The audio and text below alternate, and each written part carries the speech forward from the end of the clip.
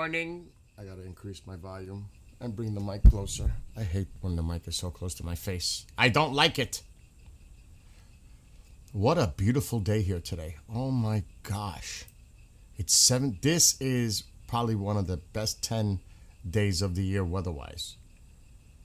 It is absolutely amazing. It's 73, no humidity, sunshine. Oh, these are the days. They're just so awesome. So I'm going to do a few things outdoors today. I should go bike riding. I really should go bike riding. Now that I'm thinking about it. I still have plenty of time. Oh no, I got to give the station. But even though, today I got to charge my...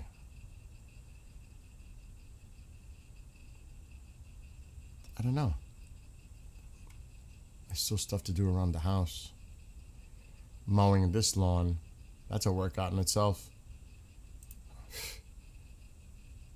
I don't know. I do need to... Well, I can always go to the Target down south. I wonder if there's a Target up north for apple juice. I'm already thinking of apple juice. What's up, 006?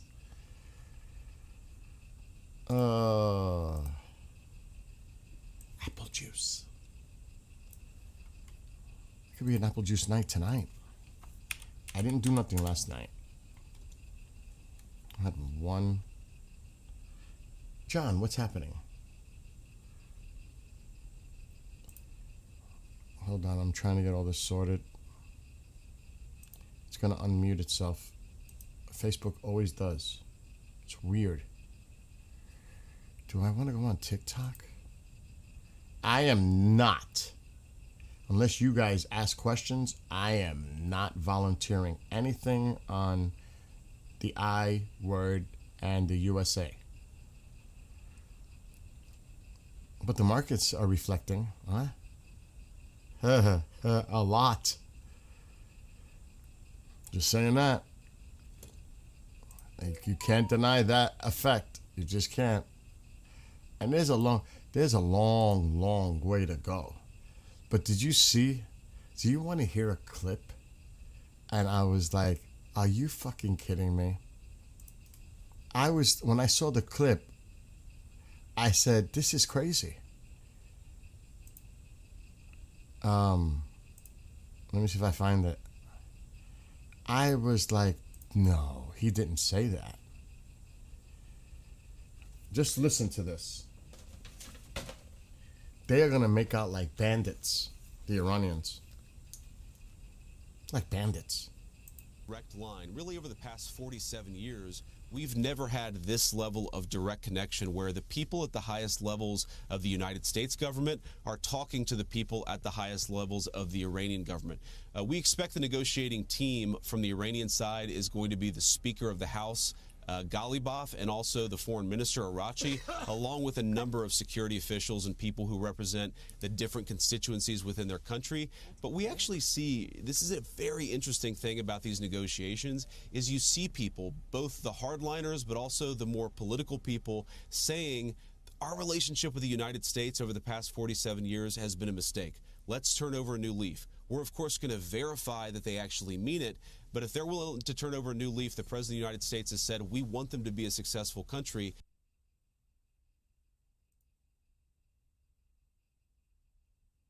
What the fuck? What? Wait, what? They look at you as the total enemy. Are you like that naive that you can think you could trust and try to... They're delusional. These people that are on some cloud flying around. And he also said, hold on. Where is it? Where is it? Hold on. I was freaking out. Where is it? I'm not getting into this shit because it just drives me nuts. And I'm feeling very comfortable today. It had to do with 300 billion in frozen funds and sanctions. Look, ready? Get ready for this one. Walk through some of this. The Iranians are saying that they're going to have access to a $300 billion reconstruction fund. True or false? Well, Ed, that's the sort of thing they could have access to, funded by the Gulf Coast Coalition, so long as they honor their end of the obligation. I think that one of the things you're going to see, Ed, and people have to be skeptical of this, is that the hardliners in the Iranian system will overemphasize the benefits that Iran gets while underemphasizing all the things that they have to concede and all the things they have to provide in order to get these benefits. So we absolutely are open to the Gulf Coast countries investing in the reconstruction of Iran, but only if Iran ends their nuclear program, ends their enriched stockpile of material, and is really open to an inspections and enforcement regime that gives the American people confidence they're never going to have a nuclear weapon. So I think that is the most nonsensical thing, because that's exactly what the JCPOA was doing. It's monitoring surveillance. Want me to show you the document? And inspectors on the ground? They're going back to where the JCPOA is. They're just spinning it differently. It's exactly what the JCPOA did.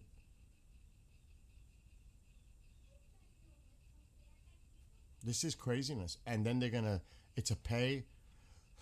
They'll pay. It's like they're paying them, giving them their money, because it's just like the Obama money you hear about. That was their money. That was frozen assets, Iranian assets that was released. They're going to do the same thing. It's pay as you go. If you do this, you get money. If you do this, you get money. How much money is this going to be? Not 1.7 like Obama. They're going to get billions and billions for the same fucking deal we had. If you think this was bad with Obama's deal, get ready, because this is going to be worse than Obama's deal on steroids. Oh my God. People don't realize it yet. It was the same thing. Would you like to see the JCPOA? Would you like to see what with the monitoring? Do you want to see what happened when he pulled out of that deal? And then what effects it had after when the president pulled out of the JCPOA, and how everything dropped dead after that with the monitoring, the surveillance, the inspectors? I have the document. People get a little confused. They politicize everything. They were being monitored, and it was a global effort. It wasn't just the U.S. It was all the other countries, too. The European countries, Russia, China, everybody was in on it. But he decides to pull out of it unilaterally. You know why? Because of his personal vendetta against Obama. Because it was Obama that did it. So he had to kill it because it was Obama that made it. That was the whole reason behind it. Political. Total political. And then his political junkies go nuts. Oh, we sent them boat, because they believe everything the president says. We sent them plane loads of money, cash. That was Iranian frozen assets. That was part of the deal. It was 1.7. How much do you think this is going to cost? How much Iranian frozen assets you think are going to be released to them for the same deal? This is craziness. This is crazy. So I don't want to get involved with it. I don't want to talk about it, because we have to see how this plays out. Got to see how Israel reacts. Because they already said today, if Israel does anything in Lebanon, the deal is pretty much off. Or there will be retaliation by Iran against Israel. They pretty much said that this morning. So all these people that politicize everything, they better look at the reality and see on paper what the potential is for this.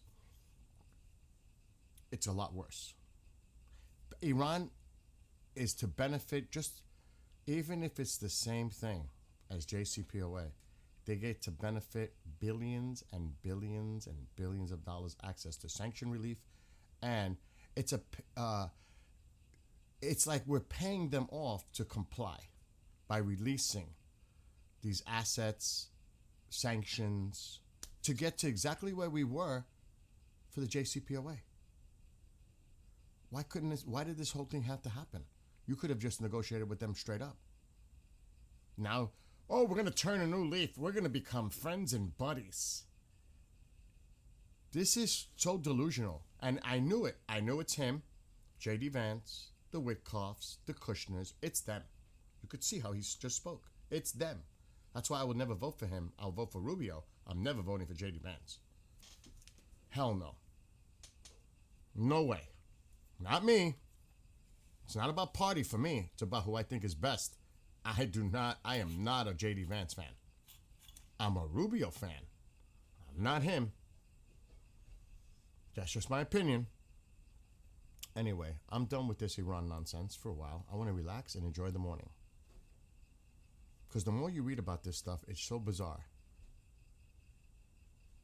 And I'm playing clips of them speaking from their own mouths. Not just some rhetoric or propaganda and stuff like that. And we got to be real. This has nothing. People always politicize. This has nothing. That's why you see a lot of people that did put the spin of politics in it are backtracking now. And they're trying to cover what they were saying for months. Because they had a political lean. And now they're trying to cover their tracks. And like, well, this. No. Just if you say straight up what it is, without the politics, I always say that, take the politics out of your head. Just look at this, observe it for what it is. Practically, rationally. Because if you're a Democrat, you can't stand the president, anything he does. If you're a Republican, you love everything he does, he can do no wrong. That's the dug-in political aspect of it. But look at the situation objectively. People can't answer me when I say, well, there would be no deal or anything like this right now if the Strait of Hormuz was kept open from day one. So who blundered that? But they won't answer that question because they know it was screwed up from day one. Because our main objective should have been to keep that strait open.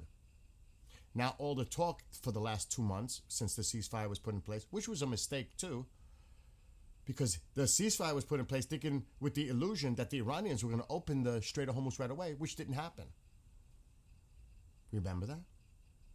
How many blunders have happened? But see, they ignored the facts of how we got here, and they just keep making excuses for the situation. No, because just like any other person in charge or administration, you hold them accountable. You'd be so quick to hold them accountable if it was the opposition party. You would be flipping out. That tells you political hypocrisy. It's so obvious. Because if this was Biden, they would have all lost their minds on the other side. They would have been losing their minds. Oh, can you only imagine what the Republicans would be saying if this was Biden? Oh my God, he just signed a deal and he's gonna offer to give them what? Incentives? Pay as they go? To give them sanction relief? Unfreeze their assets? Oh my God, we went crazy over $1.7 billion that Obama did. Now we're talking about this. What did Biden just do? Has he lost his mind? But no, it's crickets. You don't hear nothing. Because they know. That's the hypocrisy when you put politics into it. And they'll try to spin it like it's some good, great thing. Because they have no choice, because they're dug in. And don't get me wrong, the president's done a lot of great things to secure this country and do good things for this country. But this one was an absolute disaster, in my opinion. Disaster.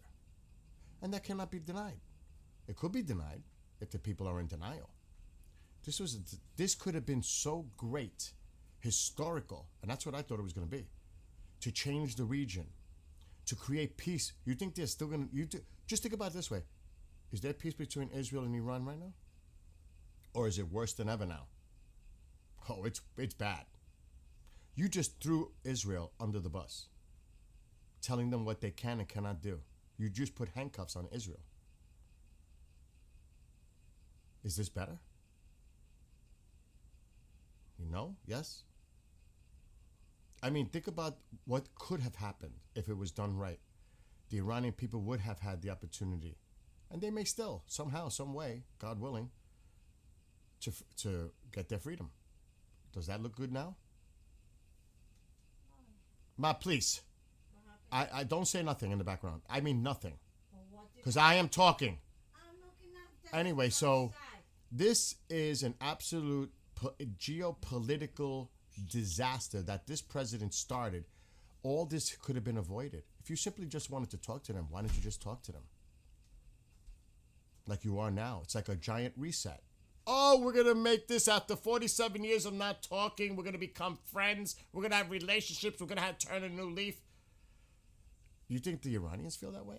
Are you in some fantasy land? What is this? I don't know anything about that, John. Honestly.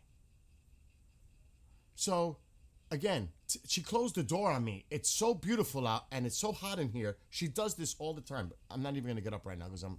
Billy, what's your attitude? Can you please open that door? But who knows what's your attitude? That's all. Anyway, we still have to see how this plays out. We still have to see if Israel does anything regarding Lebanon, because they're not supposed to touch Lebanon at all. Just think about that. And now if Hezbollah sends a drone in to mess with them, this is so fucked up that the proxies just got a new life. They just let the proxies. Remember in the beginning it was supposed to be about the nuclear, missiles, proxies, people of Iran? Take 3 away. You got stuck with 1, nuclear. Because remember, the whole focus became nuclear. You could forget about the missile part for now. Forget about the proxies. Iran's never going to agree to that. So Hezbollah right now are celebrating on the streets because they just got new life. They were so close. Even the Lebanese government itself wanted them out. Could forget about that. All these proxies are now celebrating because they survive.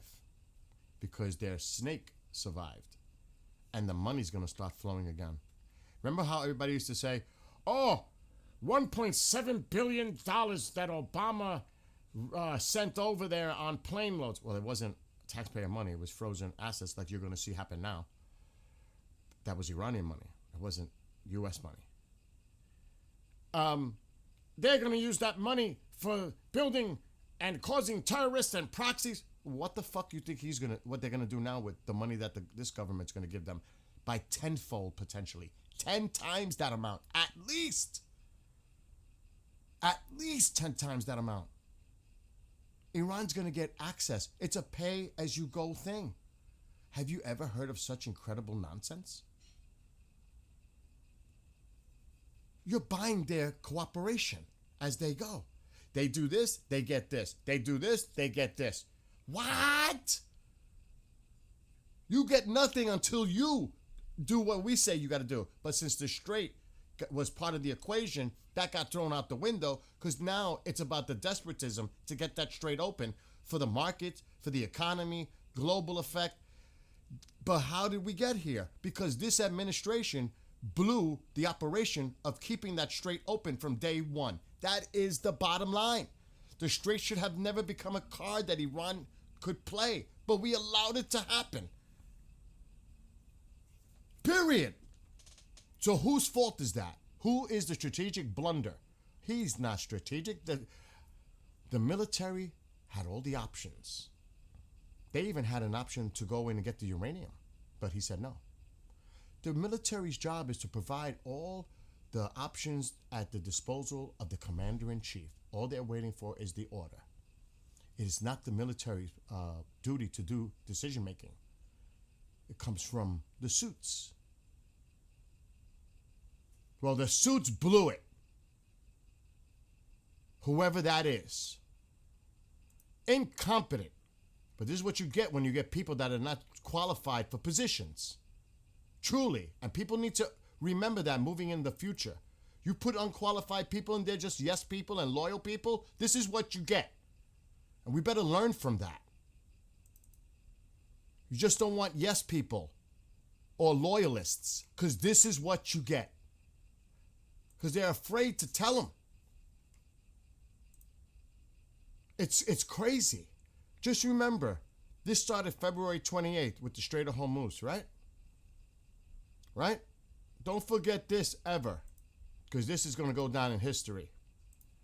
April 13th, 6 weeks after we started it, Iran's Navy is lying at the bottom of the sea, the big ships, completely obliterated, What we have not hit are their small number of what they call fast attack ships, because we did not consider them much of a threat. 6 weeks into the campaign, they didn't consider these ships a threat. They're not ships, they're fast moving boats. They're like fucking Boston whalers. 6 weeks. Why weren't you doing this on day one? Those are the ships that he calls them ships that were threatening shipping. That was the key to keep them from getting control of the strait. You just don't destroy the big ships. You go after little fucking ships too. And those are the ships that harass shipping and still lay mines. Did he not know that? Did they not know that? We did not consider them a threat. 6 weeks after it started in the strait, they didn't go after it at all. We didn't consider them much of a threat. There's the blunder. Strategic blunder on steroids. Because they didn't think it was a threat. Threat to who? Our Navy? I keep saying that. Who was it not a threat to? Our naval vessels? No, they didn't have the reach. This is the most insane, incompetent, I can't even explain it. And I knew when I read this back on April 13th that I said, oh shit, they blew it. They blew the strait. I was so upset when I read this when it came out. This is 6 weeks after it started and they never considered them a threat. How is that possible?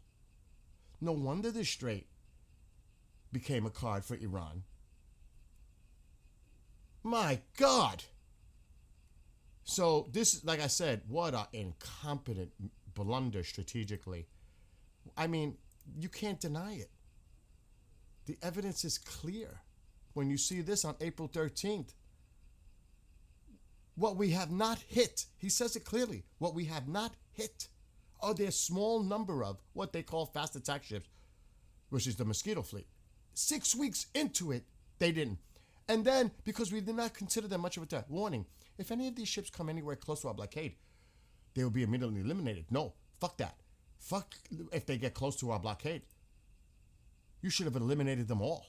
Period. Whether they were near our blockade or not near our blockade, because these are the ships that are threatening, these are the boats that are threatening shipping and causing all the chaos just based on their threat.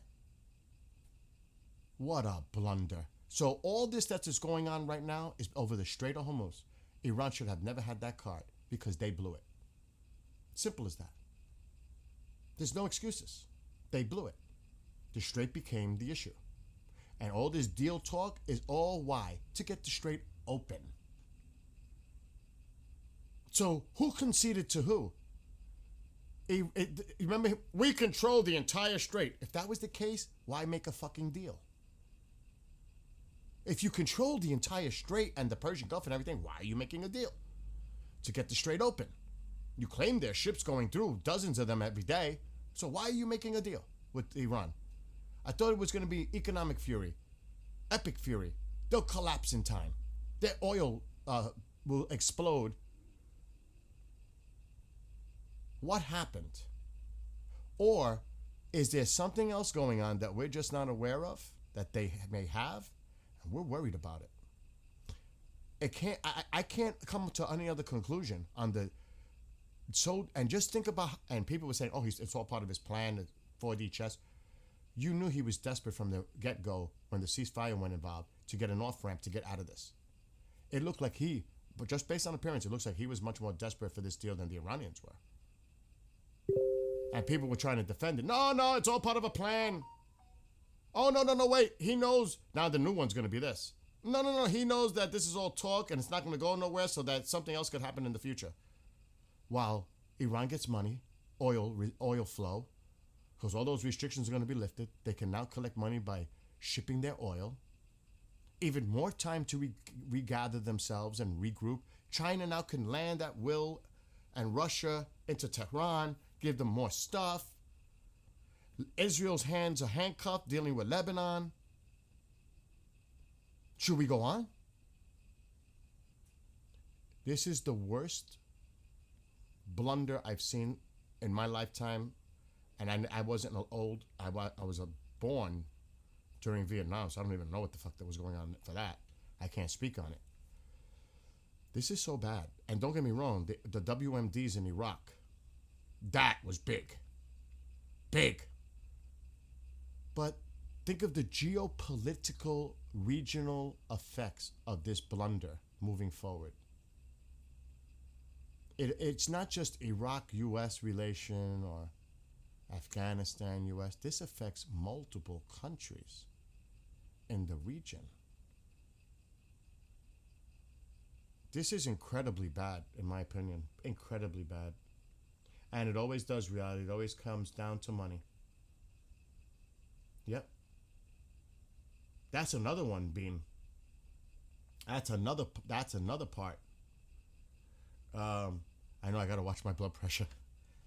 So again, that's just my personal opinion and assessment up to this point. Up to this point. We still have to see how this goes. But up to this point, I am very, very frustrated and disappointed. I really thought change was going to happen in the region. I really thought there was going to be peace between Iran and Israel when this was over. And they would be allies, not enemies. Obviously, that has not happened.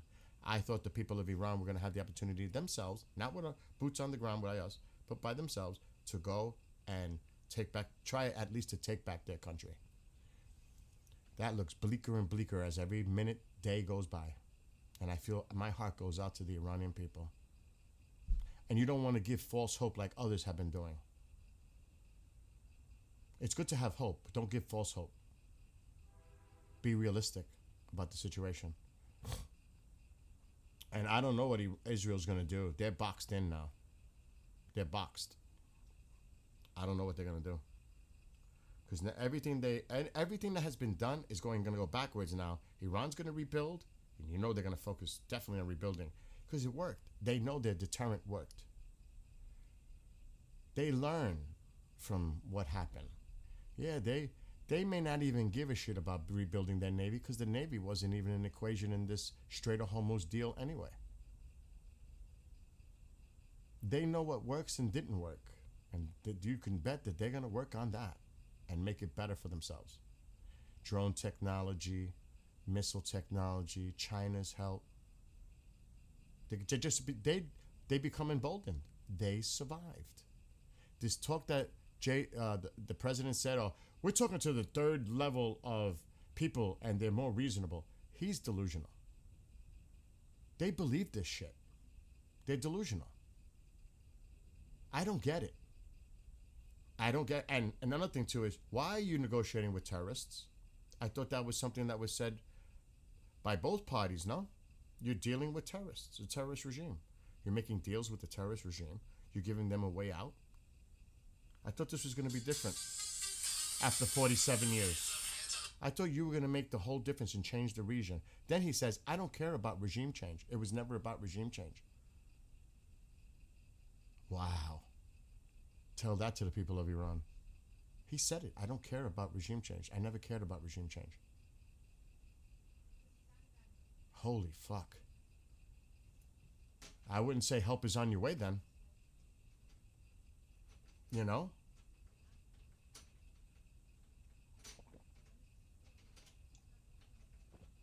I'm dealing with Momzilla here. I don't know what she's doing. So leave it locked for now. I'm not getting up. You don't have to come in here. So again, in this one situation, I'm not criticizing him on other policy decision making. This is about Iran. It's not about overall as president. This is strictly about Iran. But this is a big blunder. This is a big one. You can't just like brush it off and say it's not. This is a big blunder. This is, like I said, this is worse than Obama and Biden. They've never done anything this bad. Have they done a military operation that turned south like this? Afghanistan. But that was a withdrawal. That wasn't starting a campaign. What's going on? How are things? I'm live, but I'll mute if you want me to. What do you got on? Dude, what happened? Margie said something happened last night. Is everything okay? That's all you got to say. Yeah. Okay. But you could always call me later. It really went well last night, Race. with them. You know? Are you okay? Yeah. I'm just trying to bring all this up real quick because I overslept. No worries, dude. I'm not. You ain't got to worry about that with me. It's episode 359 UFO Chronicles, the Brockport Encounter. I love that guy, man. Dude, What? Which one? episode 359, the Brockport Encounter. Don't that make it so much easier? Yes, it does. So it's so easier to identify the file. You can just run straight to episode. I might go bike riding. I need to get away and just Where you at on it? 4842. They did really good last night. Bob, Margie, Seth, and I can't remember her name. The anniversary, Greg. It was pretty good last night. Oh, and she was there too. The new MUFON interim. Let me know Debbie. when you're at 47:45. All right, so yeah, Debbie was there last night. It was really good race. I should have been on there, man. I know. I said, "Where's race?" And then that's when Margie told me. You said 45? 47:45. Yeah. All right. Hold on. We got like 15 seconds. I might go bike riding. I need to just get out of the house. All right. Stand by. Just remember, when you're ready to quit smoking, use Chantix. All right. 49, 48, 47, 46. Hit it. Take it. Take it. Take it now. Okay. Got it. Good. I know. Chantix. I got to tell my doctor. Well, it worked for me, bro, and I didn't have to use it. Some people use it for months and months and shit. Uh-huh. Dude, I did the 2-week initial. They give you a starter kit where you can still continue to smoke while you're taking the initial dose of Chantix. Okay. But I'll- you just have to know that at the end of that 2 weeks, You can't. you got got with 2 cigarettes in it or 20, you have to wad that fucker up in your fist and throw it in the trash. It doesn't matter. After 2 weeks? There's one, you know what I mean? Like, or if there's 1 or 2 left, you have to have it in your head that at that 2-week date, I am going to be free from these hooks Yep. that have had me so long. This is my last hump to get over, is the smoking. Other than that, I'm fucking dynamite, you know? But it's a big one. It's a big. It's the biggest. It's It is the biggest. Dude, I used methamphetamine. I have drank. I've never really been a drinker though. I mean, if people are coming over and we're going to a party or something, I'm gonna get messed up. Right. Yeah, that's different though. That's like on a special occasion. Yeah, but it's never been sort of my thing of choice. You know what I mean? Yep. Like my drug of choice or something. Yep. No, I get that. Like for me, I do it socially. You know, I'll drink once in a while. Never addiction is never. Thank God, because it got my brother, my dad, my Yep. grandpa. Yep. You know, like, Another thing, I never drank really hard liquor ever. but I've got to say that the cigarettes, because they're legal, were more difficult for me to let go because they're so readily available Yep. everywhere. Yep.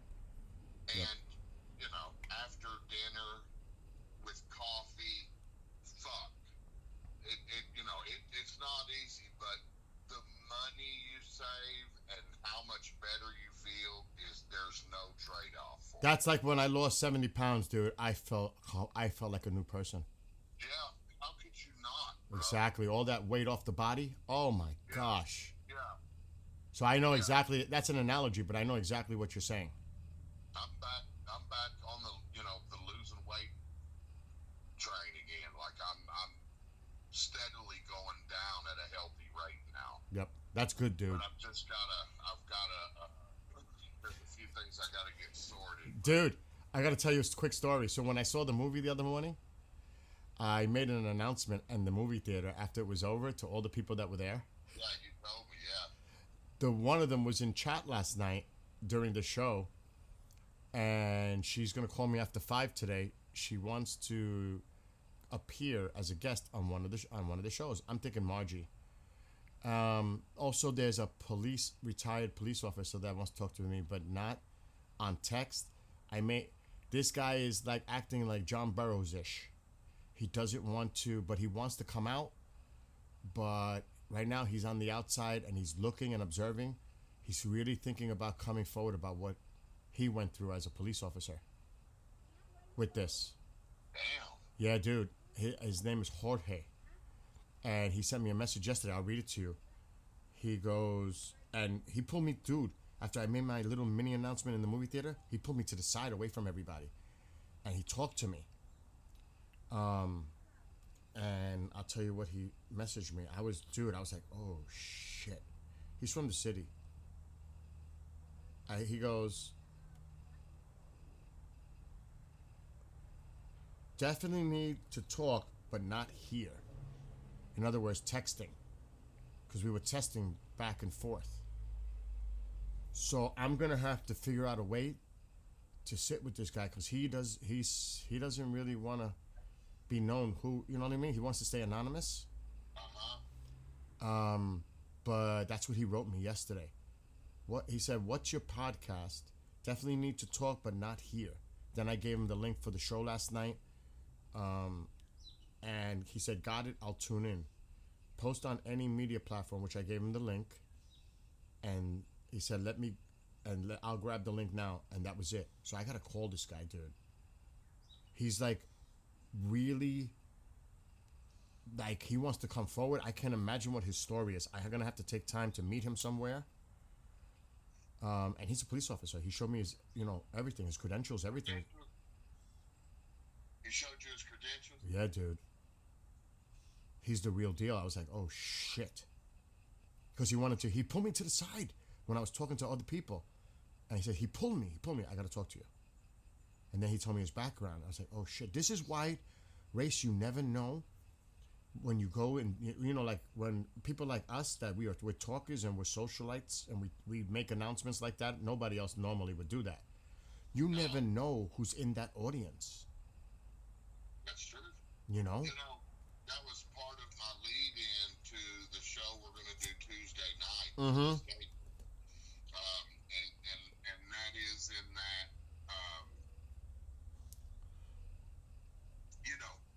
you've got you've got a couple of characters that come together and they're on a mission for disclosure, and they claim that they've got evidence. I'm live right now, so don't give out too many spoilers. Well, you got these characters, right? And that's what they're trying to do. Yep. Is get the truth out. I'm not going to go into detail or whatever, but as an investigator, for a short period in my life, well, not really short, but because I did it for 22 years.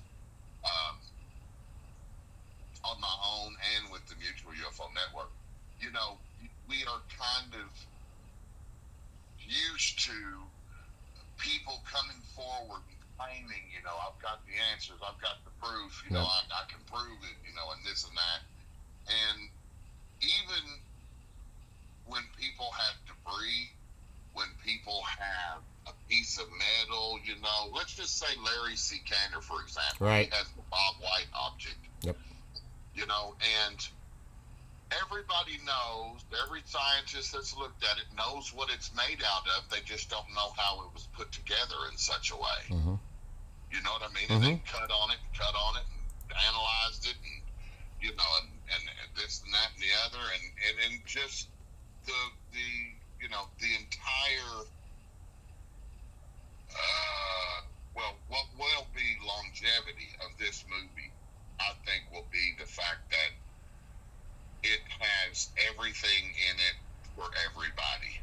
Yes, but not something for everybody. It has everything for whether you're new to have a new interest in UFOs from what you see on the news now, or if you've been in it like us for decades and have been throat deep in moving the ball down the field, whatever way we can help do is what we've done.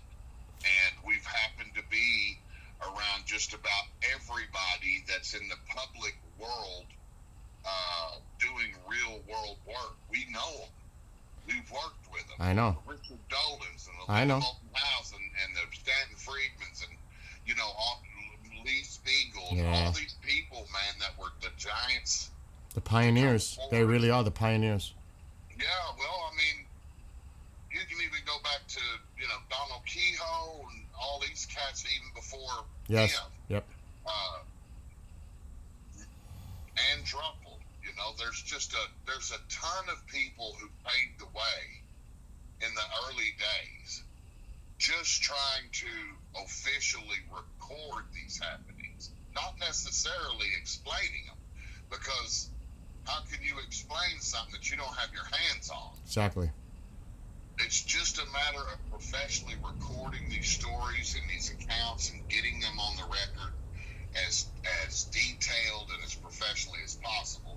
That made it possible for our generation, our time, to come in and take what they did and apply it to the future with futuristic sort of toys to play with. They didn't have computers and phones and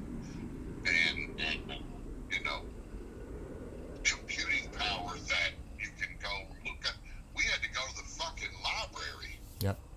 you know, just at multiple libraries. Yep. Like, I forget the machine that you used to spin to look at the slides. I can't remember what that device. microfilm. The microfilm, yeah. Newspaper clipping. Yes. I remember that. I'm a teenager. I remember that. You know, Actually, younger than that. and we saw this coming, and a lot of us talked about it even back then, that at the end of the day, you know, we saw that there would be an influx of people coming to the subject, you know, when podcasting emerged and videocasting emerged. Yep. I mean, you remember how many people wanted to come and do a radio show on The audio. radio station? Yes, I remember those days. That was the big deal. Before YouTube, before video and all that. You know, in 5 years, platforms were birthed and implemented where any Joe Schmo can plug in a mic or a headset and go make a video cast. Yep. Any Joe Schmo. And out of all of those people came these clickbait hookers. Yep. I call them clickbait whores. No, I agree with you with the That's clickbait. all they're trying to do. They want to make money off of social media so they don't have to get a real fucking job. Agreed. At the sake of your integrity Yep. and at the sake of your morality, Yep. you cannot sell out to the clickbait, you know, engine. Totally You just agree. can't do it. Yeah, I totally agree. Unless, I mean, there's not enough people out here in the public environment, Bill, to be able to make a podcast and just focused on people doing the great work on the ground, boots on the ground, that blah, blah, blah. You'll run out of content. Or you'll just have to repeat the same, 25 people over and over and over again. Because out of the 1,000 that's out there doing it, let's say, 25 of them are the only ones worth watching or listening to. Because you can't go on YouTube and watch a few videos and then all of a sudden be a fucking expert. Yeah. It's not like us that have been doing this for decades. I get it. Well, you and I are in a different perspective, dude. We're not in the same heat as all the rest. I know that. We know stuff that the public doesn't even know right now. Well, it's not necessarily that I'm making the point about. I know what you're saying. We've come across thousands of people in our work platform. And thousands of hours of production that we've done. Yes. The people that we've produced. There are people that come on, I produce a show, and I'm ready to start jamming pencils in my ears 10 minutes in. Mm-hmm. And then there's people that come on, and I'm like, I've got to give this woman a show. I agree. You know, we've been there, and all of that time behind all of the work that we've done puts us in a unique perspective to be able to, from behind the scenes to out front on the air, we have seen and heard things and know things that nobody else ever will. I know. We have forgotten important stuff. Yeah, that's There's true. just so much. That's true. It's such an overload of information. Yeah.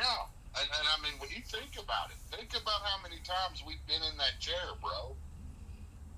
I know. Producing I know. night after night after night after night after night. Back in the early days of KGRA, I was sitting, bro. You know it. I know. I do know. I do know. When you came and when you reached out to me, bro, you were like, man, you need some help. That was the first shit you ever said to me, man. You're always working. You're always behind the scenes going. And I remember you saying, you and Robin need to get out and do something. On the weekends, I said, you need the weekends off at least so you can spend more time with the family and all that. I remember that. You were, and I've said this before, you were my saving grace. You allowed me to keep doing it because I was about to break. I was about to crash when you came along. So you allowed me to be able to continue on, man, because holding all the balls in the air by yourself, when you started out with 4 other partners, in the beginning, we were all putting sweat equity in and using the lint in our pockets to pay the bills, you know what I mean? The hosting, the site protection and security, and all the platforms and everything we had. You have to take care of legal, social, marketing, promotion, sales, hosting staff, keeping the damn host of the network from, going at each other's throats and keeping them all pointed toward everybody else out there. It was just a war to keep all the balls in the air, I always said. But you came along at the right time and the right place, bub, because you embraced what I was doing and you married to it, bro, and you're still here. We're both still here to this day. And how many others, Bill, have come and gone? Yep. And we're still sitting here. They think it's so easy. I'm going to say, because it's not her name, it's kind of her nickname, Kat. This the lady, she come in, she tried to, gaslight me that I'm the greatest, this and that. And then, how do you do, what software to use? How do you do that? What hardware to use? How do you, and I had to tell her, look, just go do it. You know what I mean? I can't be here, your personal little guide, to go build competition for us. Right. It's intellectual property, really, what we do. It is. Dude, the way we have married hardware and software together is unique. It is. I've literally had audio engineers tell me that can't work. Yep. And it does. Yep. But we're, we've been doing this a minute. We're not beginners here. Yeah. But anyway, dude. We were here for the birth of podcasting. Yep.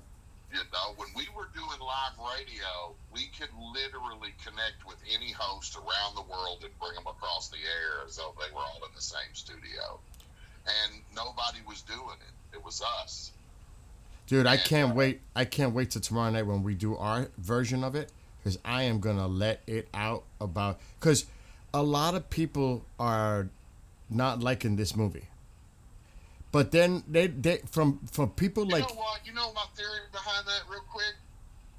The hype and the promotion was so expanded and so outstanding that I think a lot of people expected a lot of alien stuff. There to be some real something drop in it.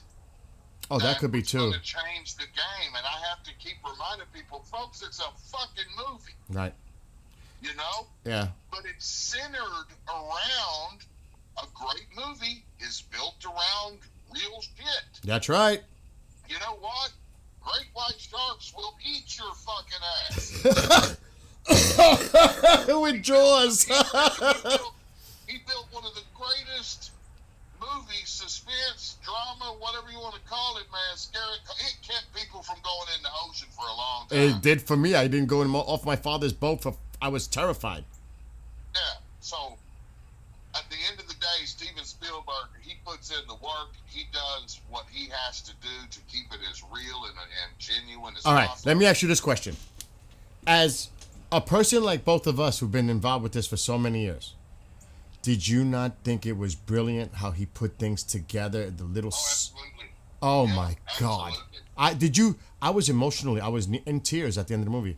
Did it hit you as hard as it did me at the end? I didn't cry, but I did walk out of there thinking there is something for everybody in this movie. Whether you just developed an interest from what you see on the news, like I said before, or you've been in this for decades, there's something in Yeah, it that's for true. all of us. But a lot of people won't pick up on the little subtleties in the background that he's referring to and the connections. There's so much stuff in there that Yeah, brings the whole I've gotta field. see it again, dude. So do I. I said that. I got to see it again to absorb it more. Because Yeah. he connects he's connecting the dots and making it where it makes sense on everything that's gone in ufology, all the stories, everything between experiences, consciousness. I mean, the actual sightings. I'm like, oh my God, he's tying it. The malevolent part of it. It's like everything in it, everything in it, everything. Everything. Even with at the beginning. It's derived from real world shit. Yes, when Nixon, with Jackie Gleason, Eisenhower allegedly meeting with them, Kecksburg, Roswell. I was like, oh my God, the way he's cleverly putting it all together. And the reference right off the bat, I knew something was up. 79 years. It's been 79 years. I said, oh shit, that's Roswell. I said in the movie theater out loud, I forgot that I was in a movie theater. I said, oh shit, he's referring to Roswell. Dude, I was eating every little piece of information that he was trying to put the message in that movie. That's why tomorrow night when we do our thing, I can't wait because I'm ready to explode on this. But I'm not gonna go into detail. I'm serious, dude. But love you. Call me if you have any issues, anything. Call me. I sent you the files from the weekend on Teams. Okay. And if you need me for anything, I might go bike riding because it's such a beautiful day. It's 73, but what a day to ride a bike today. This is great weather. It's sunny, low humidity, very light breeze. This is a great day to go bike riding right now. So, that's what I think I might do in a little while. But I'll be around later, and if anything, I'll see you tomorrow for the thing we're gonna do. Oh, and another thing, I don't know if it's public, but for Roswell this year, someone is going to zoom in. I can't, but it's a high level individual. He's allegedly supposed to do a Zoom thing and say something. I'll just say it's, Really? yeah. If you know who I'm trying to hint to you, that it's like somebody who's, I'll talk to you privately about this. Okay. Because I don't want to say it here. Because I don't know if it's public domain yet. But it should be a fucking amazing thing. Okay.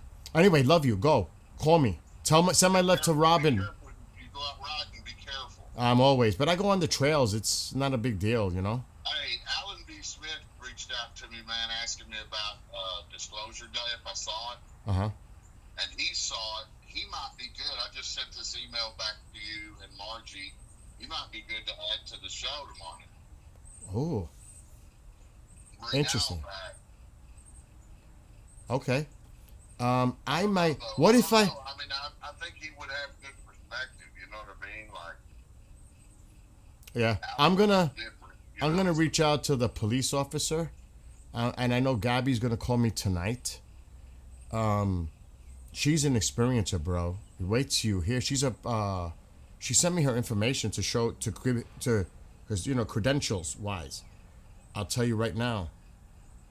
Hold on. She sent me her info last night. Hold on, because gotta look at the credibility of people too. She is. There she is. She's actually on a website, Psychology Today. She's a clinical social therapist. That's her position. She's a clinical social work therapist. So you're talking about somebody who's a professional. Yeah. and she's willing to come forward and talk about her experience. She's willing. So I met her at the movie theater on Saturday morning.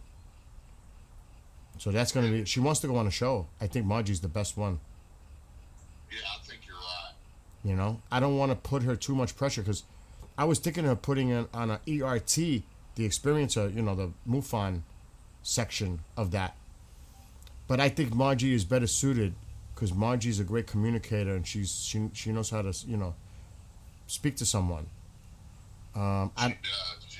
She does good questions. You know what I'm saying? And I don't want it to be like a Q&A, like she's being interrogated, so to speak. You know what I'm saying? Yeah. Margie will be more considerate, and she'll make it more of an intimate, make her feel comfortable kind of deal. She knows how to do that. She's not insensitive. Some can be insensitive. Yeah. So, She's a good one. She's yeah. a good one. Yeah. Anyway, go. Love you. Call me. I love you. Hey, yeah, call me later because I got something I want to talk to you about or ask you about off there, too. Is it bad or good? No, it's on. It's not bad. Okay. That always makes me nervous when you say that. No, don't be nervous. All right. Love you. Tell Robin and the family I send my love. Yeah, and hug Bob for me and I will. Kendrick say hello. All right. Later, bro. Love you. Okay, love you. Bye. Bye. Let me see what's going on in chat. What's up, Chantal? I know, guys, that was... At least I don't have the station now. I can actually go bike riding. I got to charge my battery. Oh, whoa. Well, let's see what the hell you guys are saying now. This war was never about the people did they claim such and painted as such, but in all reality, it never was. It's always been about the nuclear, but it should have been about the proxies, and it should have been about the missile program and everything else, the range of the missiles. And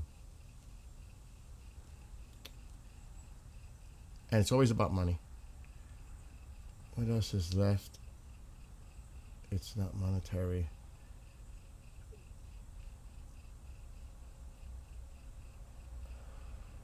Yeah, I mean, overall, we're just talking about Iran. We're not talking about the overall performance as president here. You know what I mean? It doesn't seem like you just. I don't know how to to interpret this, but then again, it's always the big one thing that people focus on in a presidency. That's the one thing that stands out to a lot of people, and they always focus on the negative. They always just do, and this is gonna be one of those, especially for the Democrats. Oh my gosh. And it all depends on how this plays out before the midterms and how they're going to exploit it. You know that's going to happen. That's politics. But we're not talking about the politics right now. Because we could easily say, well, look at the deterrence on the policy at the border. Look how that's changed unbelievably. But there's no focus on it. But right now, the reality is, it's the lowest it's been probably ever. But the focus that we've been talking about is Iran. So there's a lot of other things to look at too in a positive way. But that's not what they do. They focus in on the negative. And they exploit it. I'm talking about the media, the politicians, on either side. Doesn't matter what side. I'm saying in general. That's just the way it is. So, you can be upset about how things worked out in the situation, and we don't even know because it's still fluid. We don't know what's going to happen in negotiations once they actually sit down. And I'm hearing that they already signed it digitally, that the ceremony is on Friday, but it's already been signed by Ghalibaf and J.D. Vance. It's already signed. It's just not going to be formally introduced until Friday, like publicly a ceremony of it. So we just got to see how this plays out. In my opinion, at the end, Iran will never agree to the terms of any agreement when they're talking at the end of the day. They're going to use this time, buy the time, get what they can from the United States, pay as they go plan. It's crazy. They're going to concede on certain things so they can open up more avenues for them. But at the end of the day, they're not going to sign that agreement. This is all to buy time for them. I don't think they'll ever sign that piece of paper. We're in some kind of a dream state that we could create some kind of relationship and they're our friends all of a sudden. No, they're not. Just like Putin's not our friend or Xi is not our friend. Are you kidding me? When I heard J.D. Vance say that, oh, we're going to turn a new leaf and start a new relationship. And I'm like, dude, really? They can't be trusted. You're dealing with a terrorist regime. I would like to know what you're smoking or drinking. That's why I said, I don't want somebody like that as president. I'm a Marco Rubio guy. I will not vote for J.D. Vance. If he's the leader of the ticket, I am not voting for him. No way. I want Marco. Right now. Just saying. That's just my opinion. Other people love J.D. Vance. Or a J.D. Vance, Marco Rubio ticket. I'd rather it be Marco, but if you're looking at the way the chain, the vice president, if the president endorses the vice president become the next president, that's usually how it happens in a party system. We'll see. Who's the president going to endorse? His own vice president? Or someone else? Time will tell. Anyway, getting back to what you guys are saying here.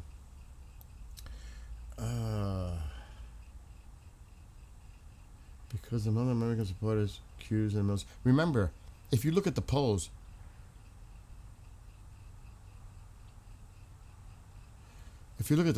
and I'm not a poll follower, but if you look at them, vast majority of Americans were not for this war, for whatever reason. For whatever reason.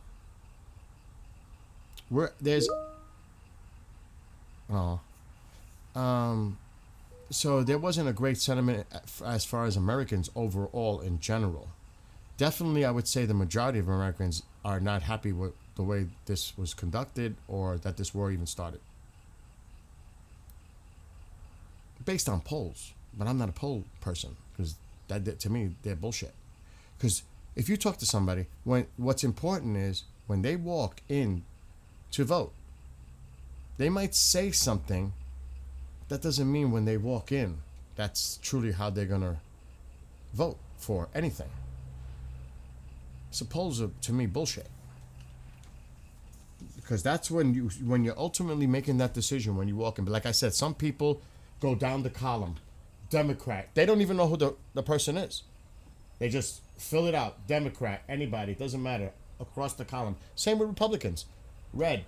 Whoever's the Republican, they vote. Not knowing who these people are, what their backgrounds are, their track record. They just do it because it's party line. That's a lot of people do that. Regardless, because they will not cross over to vote for the other side under any circumstances. Though I will say more Democrats go over to the Republican side than Republicans would vote for a Democrat. Just perfect example, 2024 with President Trump. Do you know how many Democrats cross party line to vote for the president? A bunch, especially Hispanics. Fact. They weren't having it with Kamala. But do you see that happening much the other way, where a Republican would vote for a Democrat? Let's be real now. So, let me see what you guys are saying. They do consider the people a resource. Simple. Yeah. 2 months no smoking tomorrow, but congratulations, Witch Moon. I use the generic, I get it, the Chantix. And we just sat back and let them do it as a nation. The entire reason we jumped on Iran, the people distracted, and we wanted the people to do the dirty work while the U.S. hit the harder targets. Over and over. Guys, we're going into a long, hot summer, and we better just hunker down and prepare for whatever comes. I agree. And you got to be safe out there. but it looks like things could be ratcheting down for at least the next 60 to 90 days, depending. Because I'm seeing reports right now that Hezbollah launched a barrage of rockets at a number of Israeli vehicles that attempted to advance toward the town of Far Tebrit. I can't read it. Tebnit. That's something that's we have to keep an eye on. Is Israel going to follow through with not? Is this back and forth shit going to keep going? And the president is going to blame Netanyahu. You need to stop. But Iran is going to look good because they're not doing anything. Unless Iran retaliates and says it's enough, then that throws everything a wrench. I don't know if this 60 or 90 day, because they say there's a 30-day phase and then a 60-day phase.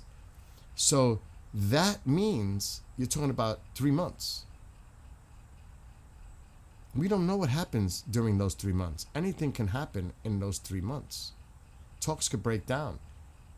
Conflict can resume. It's not like we're withdrawing our troops or navy. They're staying right there. The blockade may be lifted, but they're not going anywhere because shit could spark up at any time. So there's a lot of work to be done in these 60 to 90 days. A lot of hard, detailed, specific agreements. In the meantime, you might have something go off that throws something in the game. So there's a lot at stake.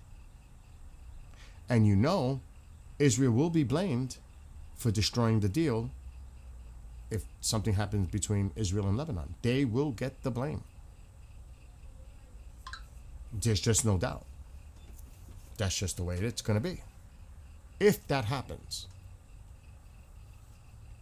So there's still a lot that has to occur. But while all that is going on, negotiations, the strait is open.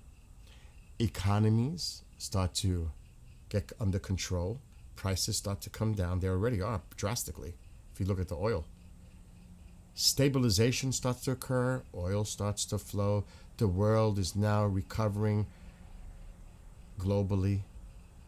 That's all that matters. That's it. It's always about this. And believe me, I think we all want to see that here in the United States, right? I do. Who will say no? It benefits everyone. It does. Whether you like it or not, it benefits everyone. So, that's the great thing that possibly could happen. Now, how fast does the strait open? The president said it'll be immediate. And then others are backtracking and saying, no, it's going to happen. Maybe it may take some time, clean out the mines, whatever they're saying. It may take a couple of weeks before you start to see true flow again resume, which makes sense. And then you'll start to see a flow. Captain, start your engines. But at least the process is underway. But we'll see. There's many ways to look at this. I'm just catching up to you guys.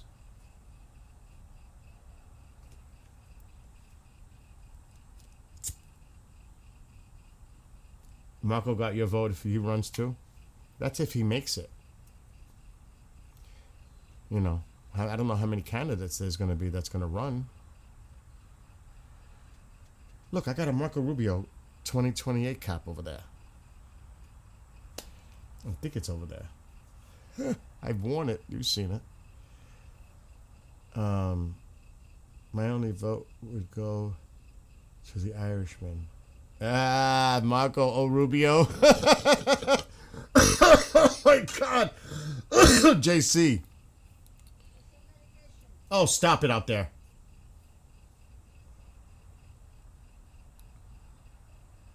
Wow, Marianne, that's crazy. So, again, let's just see how this plays out. Meanwhile, the G7 is going on. So, again, like Race and I were talking, for the common person, they would have found Disclosure Day boring. They expected more from the hype. Probably be expecting more aliens. They were looking more like for an action-driven movie, I guess. For people like him and I, like he just said, that have been involved with this for so many years, that movie was fucking amazing. It was brilliant. It was brilliant. But that's me. And that's race. And that's a lot of others that have been involved with this day to day for fucking decades. Every day. Thousands and thousands of hours, like he said, sitting in this chair and producing people that from all walks of life, famous, experiencers, all this. Conferences, meeting people in person, people staying over my house, having conversations with high-level folks in the field during a private dinner and the conversations that occur. Like, I knew who, well, a few of us knew. We knew who David Grush was the whistleblower months in advance. Way before the public knew. And I hinted it on the stream here. Keep an eye in a couple of weeks. Something's coming. I couldn't say. But then it leaked out. Somebody else leaked it out. To get their clickbait 5 minutes of fame. Like, sadly, I used to talk to Dave McDonald often. The MUFON director that passed away last week. The morning he passed away, I knew in a few hours who the new MUFON interim director was going to be. I didn't say anything because I was told not to. Meanwhile, that night, someone did. Just so they could say they're the first ones to know and announce it publicly. I knew it before that person knew it. But I was told not to say anything, and I'm not going to jeopardize that. It's a trust factor. So again, and I know what's going to happen in Roswell, and I don't know if it's public yet, but that's going to be an interesting thing. On a Zoom. But I don't know if it's public, so I'm not going to talk about it. But if you go, I think if you go to the Roswell Museum, and I would have to look what the person told me. It might be the beginning of July or end of June. It's coming. You might want to participate at the event because there's going to be somebody very important coming in on Zoom.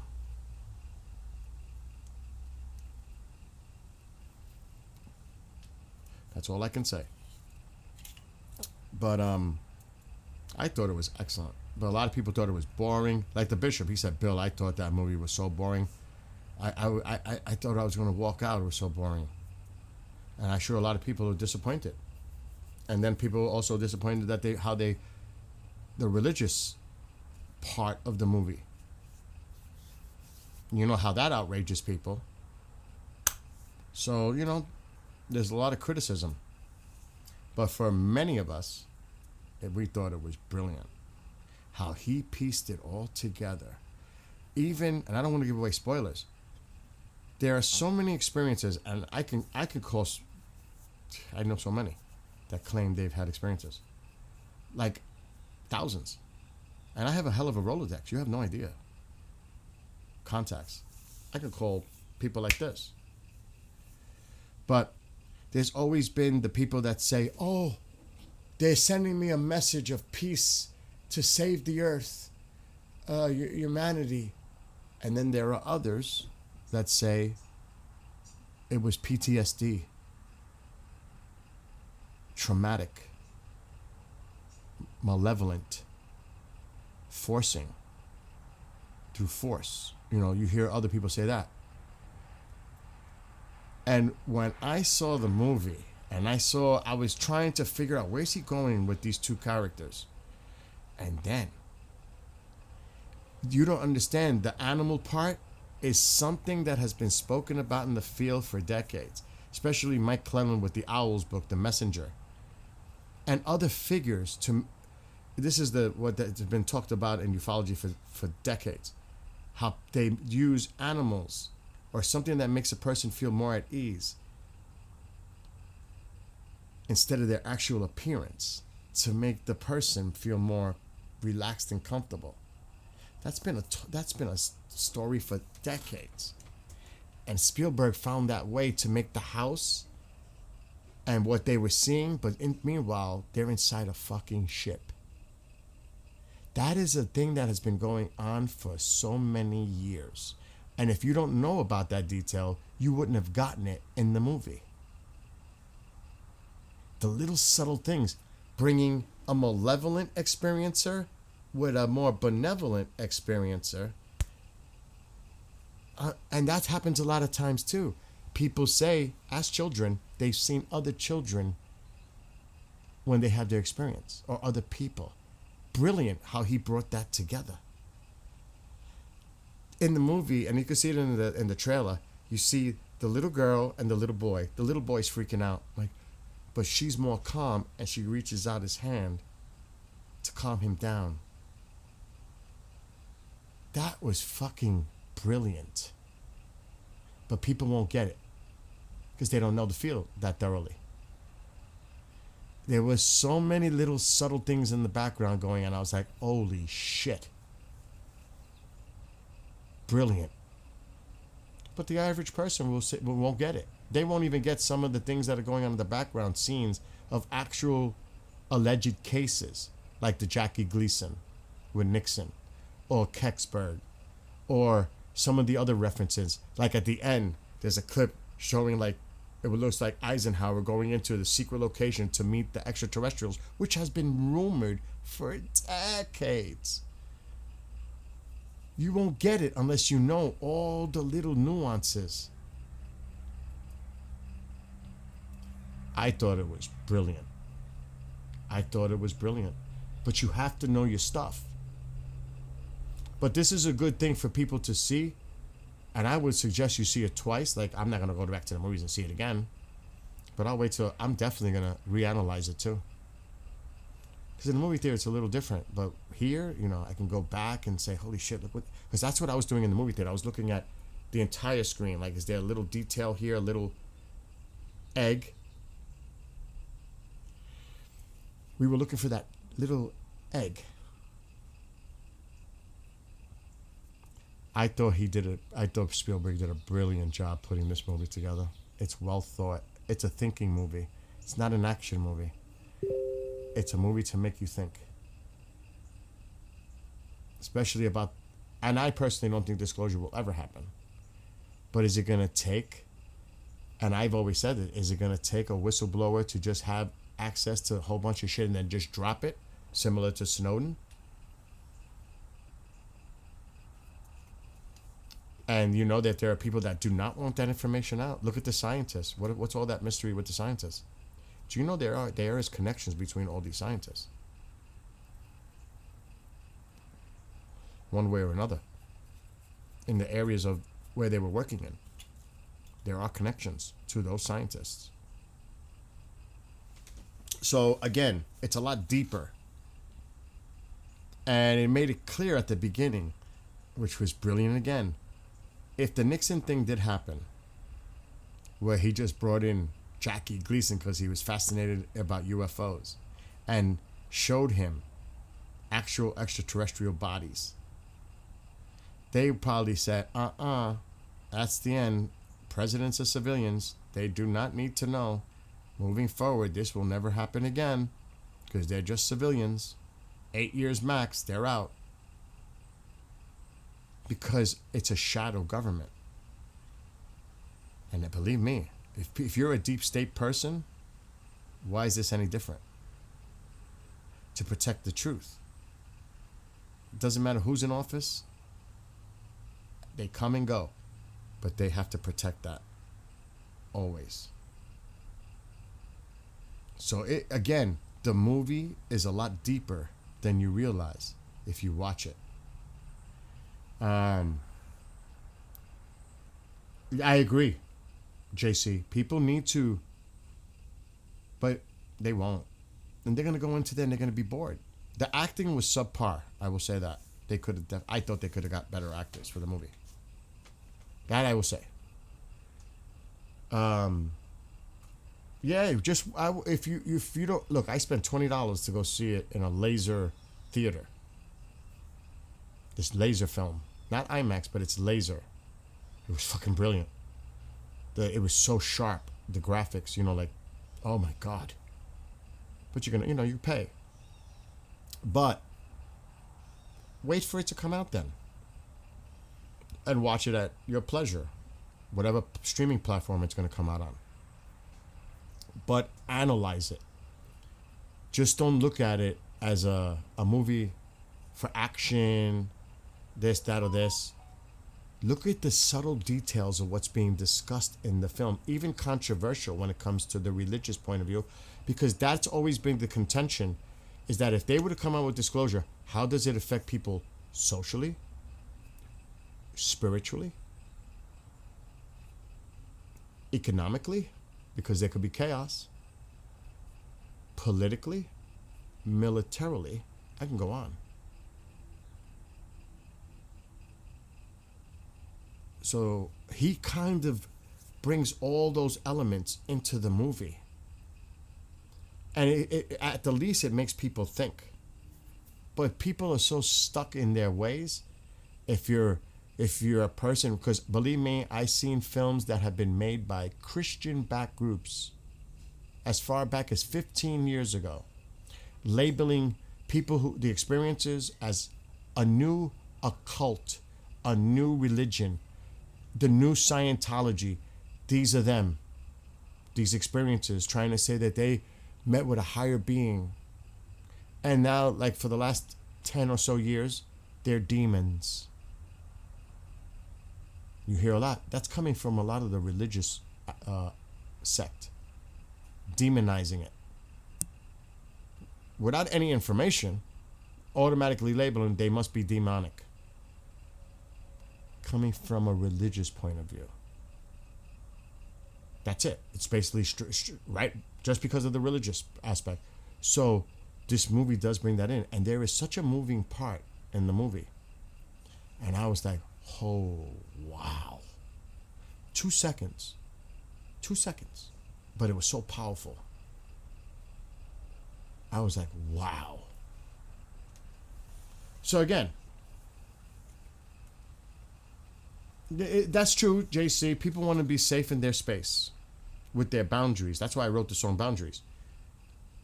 They have a shield. And then that's their protected space. And there's nothing wrong with that. We all have boundaries that people need to respect. But at the same time, those boundaries become walls. They talk, but they don't listen. It's like, I'm always right, you're wrong. They will never admit they're wrong. They always have to find a way to be right, or they'll spin it and deflect it and change it into something else to get away as a distraction from the original conversation.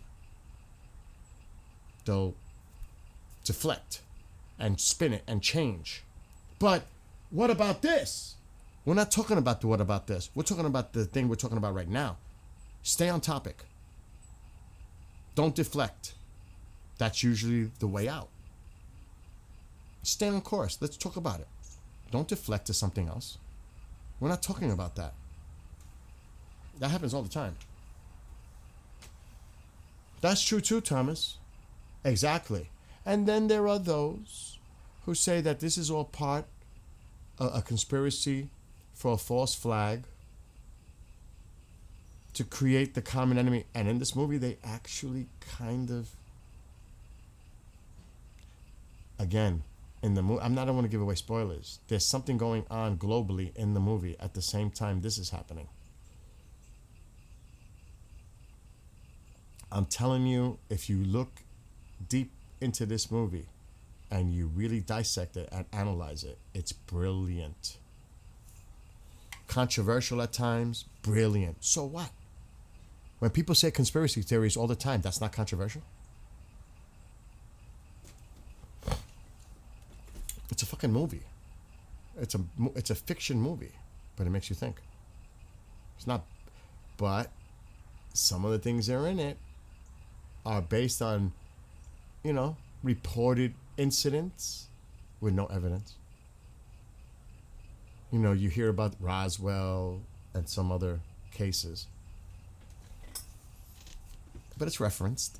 That was a big deal. Do you know? Did you ever see the house Jackie Gleason built not far away from me to my south? It looks like a UFO. It was for sale. I don't know if anybody bought it recently. I don't know if it's still on the market. He built the house. He was so obsessed with this. He built a house that looks like a UFO. Like a saucer. What? What? What? Don't talk to me in Spanish. I told you this. What? I was like, what? Like drinking, what my face? Uh-huh. And the thing was like line, not clear water. I almost threw up. What? The water out of the faucet? Yeah, It was coming out not clear? not really, I don't know. I just put it felt like that. Oh my god! That's why the fucking hose is on for the back for the pool.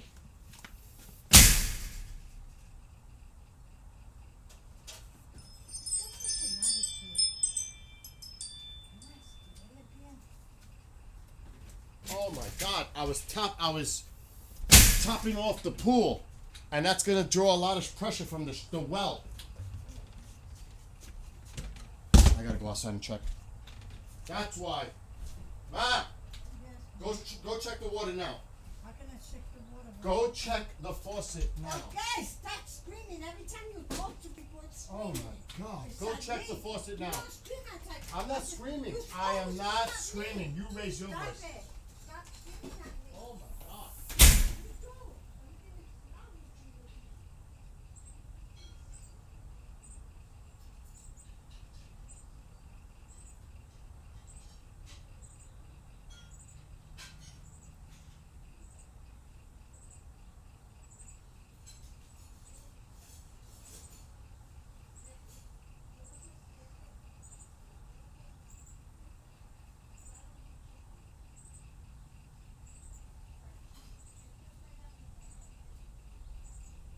It should be fine. Huh? It should be fine now. The water. Kendrick, how's the water flowing now?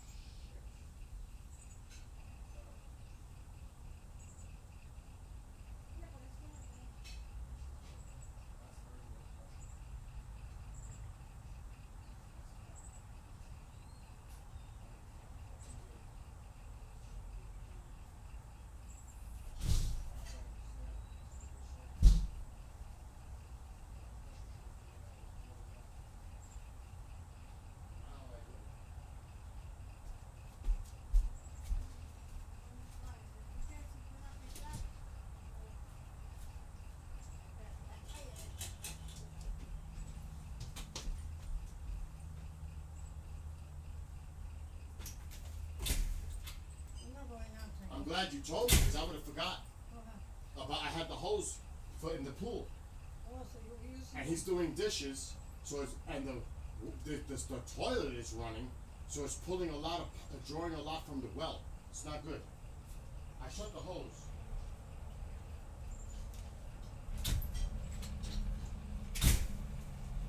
We didn't get that much rain last night. Not enough to really make a dent. Maybe it will rain. No, It's not gonna rain. no. We haven't had a lot of, we're in a drought. We have to be careful. But thank God you told me. Well, I don't know nothing about it. I know, but thank God you told me. That's serious. That puts a lot of pressure on that pump on the ground. I remember you had that like a well too. We had to change that pump out a few years ago. That was This guy did it. yeah, John. Done. That was a nightmare. I don't want to go through that nightmare again. Look at we had John too. Go over there for a second. Once he stops doing the dishes and he's done, the well will bounce back. Teco's following you. Teco's following you. I think he's gonna help you. I thought maybe. Alright, let me lock that door. You see ready. I'll get you one. Let me lock this door. Why? Because I don't want Tycho to get out of the house. That's why. Well, Just leave it locked, please. I'm gonna go sit out there, so I am gonna stand there. What about me? I'm gonna shut this bitch down. I gotta fix this. I gotta go to Home Depot. I gotta buy a new float for this toilet. It's warm. I'm gonna shut the water for now. Shut it down. Take some water from the when it rains. I gotta go out.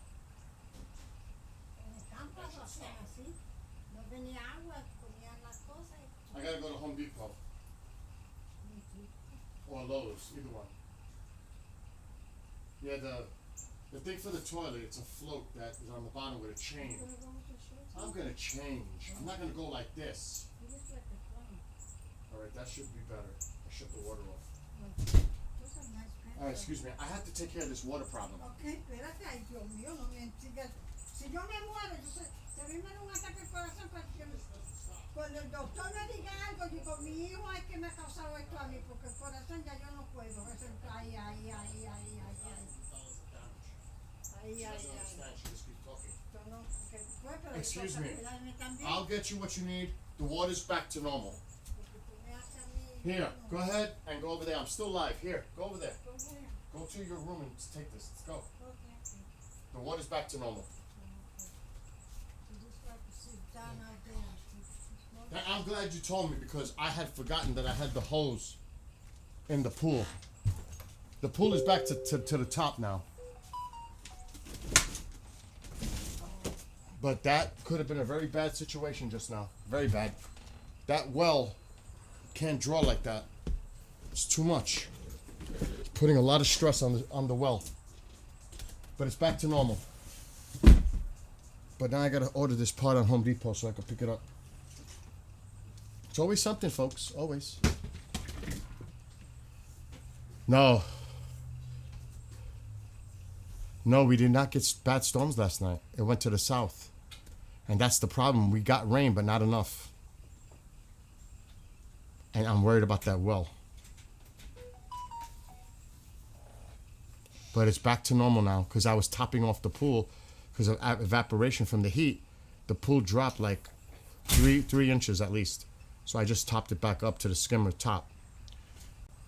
But I forgot I had it on. Thank God she told me. Because he was doing dishes, the water pressure was down. Then this bathroom was running. Because I have to buy a new float for the bottom. The stopper, I don't know what the hell it's called. That goes to the chain to the handle. The other one is more modern. I put a new toilet seat in the other bathroom where there's these two buttons for two different things on the top. You just push it. And it uses a lot less water. This one is an older style. So I got to buy that piece right now so I can go pick it up at Home Depot. Then I'll get some apple juice at Target since I'm in that area.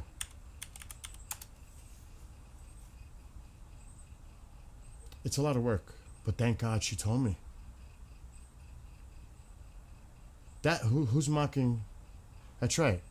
We shouldn't do that. I agree with Bean. What is that called? At the bottom of the tank. A plug? Maybe. Tank plug. It is. It's called that. It's exactly what it's called. That's what I need. It's $6. I want a good one though. Oh, she's not gonna stop. They called it a tank flapper too. That's what it's called, actually, a flapper. I got it there. It looks like standard is 2 inches.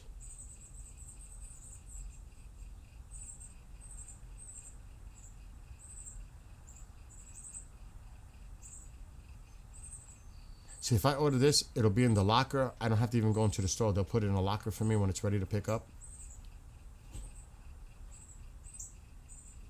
I just don't want to get a cheap one.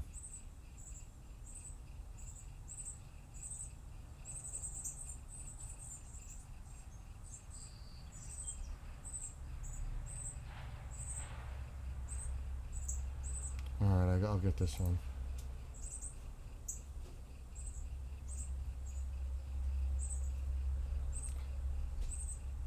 So Chuck Holton, the Hot Zone, said Trump gets his Iran deal, but he's being played on the Strait of Hormuz. Oh my God! Don't get me started. Okay, view cart.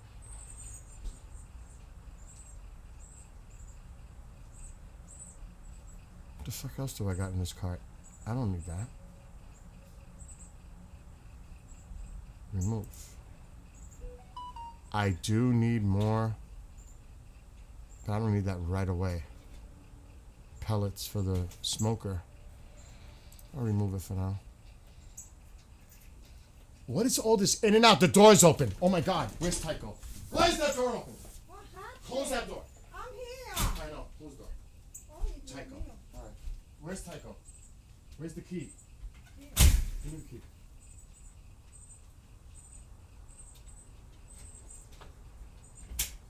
Let me go find, see where Tycho is now.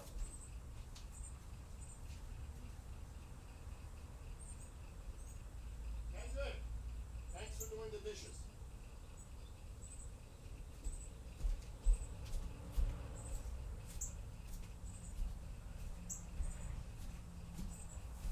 It's like a crazy house. I'm not going bike riding. I should go bike riding, then go to Home Depot. All right, pick up. I think tonight's gonna be a real apple juice night.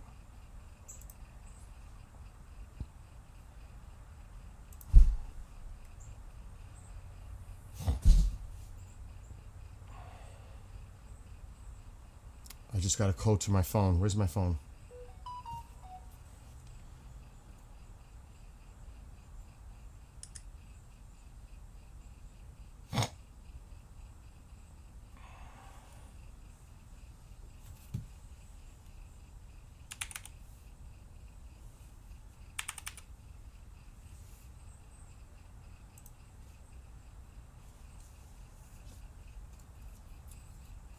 I'm going bike riding. I'm not staying in here. It's too chilly to go in the pool today. It's only 74 degrees, 73 degrees.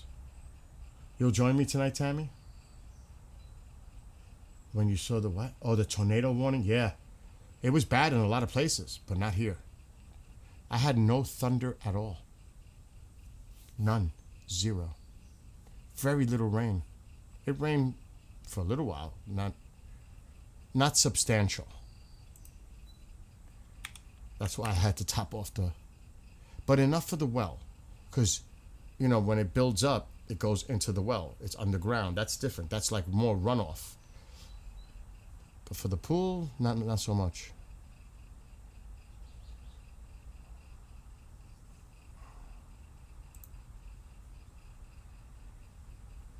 Place order. Store pickup.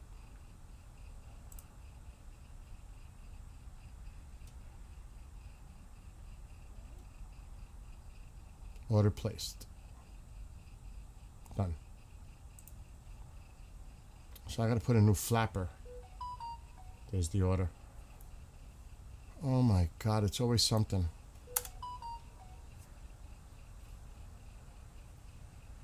Yep. So at 1 p.m., like now, President Trump official greeting with the G7 leaders. It's going to be on news. It's going to be on Newsmax. Oh my God.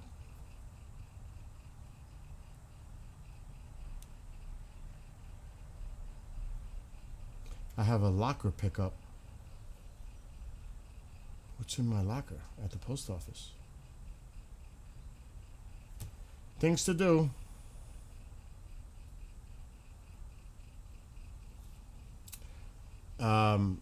It's going to be on your list too? I think I need to go. And I'm not going to go bike riding because I got too many errands now. Plus my stomach, I don't know. I'm not feeling too great because I haven't eaten.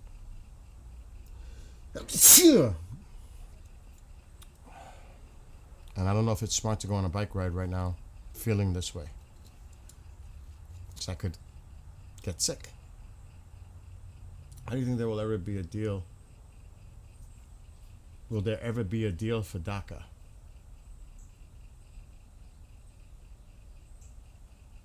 I don't know. How long has that been a discussion?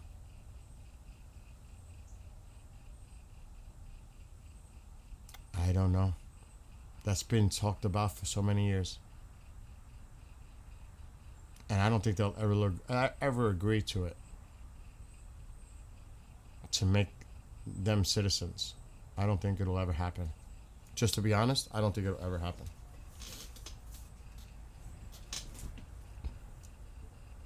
That's a good question, though, Man Million. It's been going on for so long.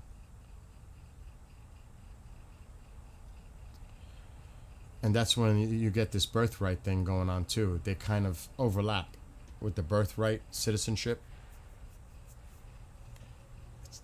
That's where it goes to the Supreme Court like it is, where it becomes an interpretation of the Constitution. That's where it's ultimately going to be decided anyway, the Supreme Court. And with a 6-3 conservative view right now, up with the Supreme Court justices, it won't happen. I'm just being honest. However you view it, not with a 6-3 Supreme Court, conservative Supreme Court. DACA will never happen. Just saying. I don't think so. A bacon sandwich. I can't go anywhere until I get the message from Home Depot that it's in the locker. Yeah, again, the first time but Man Million, that just goes to tell you how long this has been going on. It goes on before the first administration. It's been a debate for many, many years now. But regardless, someone will challenge it, and it has to be ultimately the Supreme Court will be the one, because someone's going to fight it. And that's when it has to get to the writing in the Constitution about that situation. That's what I would say. And again, when we see the great thing, I swear to you, I was looking at other chats. It is unbelievable how crazy it is and disrespectful to each other. It looks like the way the conversation was going on during Tusi yesterday in the chat, it was so bad. The people that, and not even talking like we do, we're coming up like some real discussion points of conversation. It's just like one side pitted against the other side, talking shit about the other side, and disrespectful to the president. Like I'm looking at it back and forth, and I'm like, what a waste of a chat. While this guy is doing what he's doing, regardless if you agree or disagree with him, the chat is absolute insane. F Trump, Trump this, or, the supporter side, Trump is the greatest. It looked like children having a conversation and arguing with each other. Like, nah, I'll say this. Now, it was so ridiculous. And I feel bad for Tusi. And if they're the moderators, and they're like, this is so nonsensical. How could you even want to... A person like me or somebody else would never even chime into that chat. It's a waste of time. Because they don't even care about the actual topic. They're more caring about, I hate Trump, I love Trump. It's... What? Do you understand what I'm saying? It does breed division. Yeah, I mean, look here. Look in here. Yes, good cop, bad cop. Look in here how we all talk to each other. We're not supposed to all agree with each other. Now, sometimes we do. But we're all individuals. And we have to keep that individualism. That's integral for our own personal opinions. with respect. We're not. If we were all agreeing, we'd be like the Borg, assimilated. It's healthy. And it's healthy to have a healthy debate and a conversation and a discussion. We don't have to, like I say this all the time, it's okay to disagree. Because people make some valid points, and I swear to you, sometimes I see stuff in that chat and it makes me, I don't agree necessarily with somebody might be saying, but it makes me think like, but they have a great point.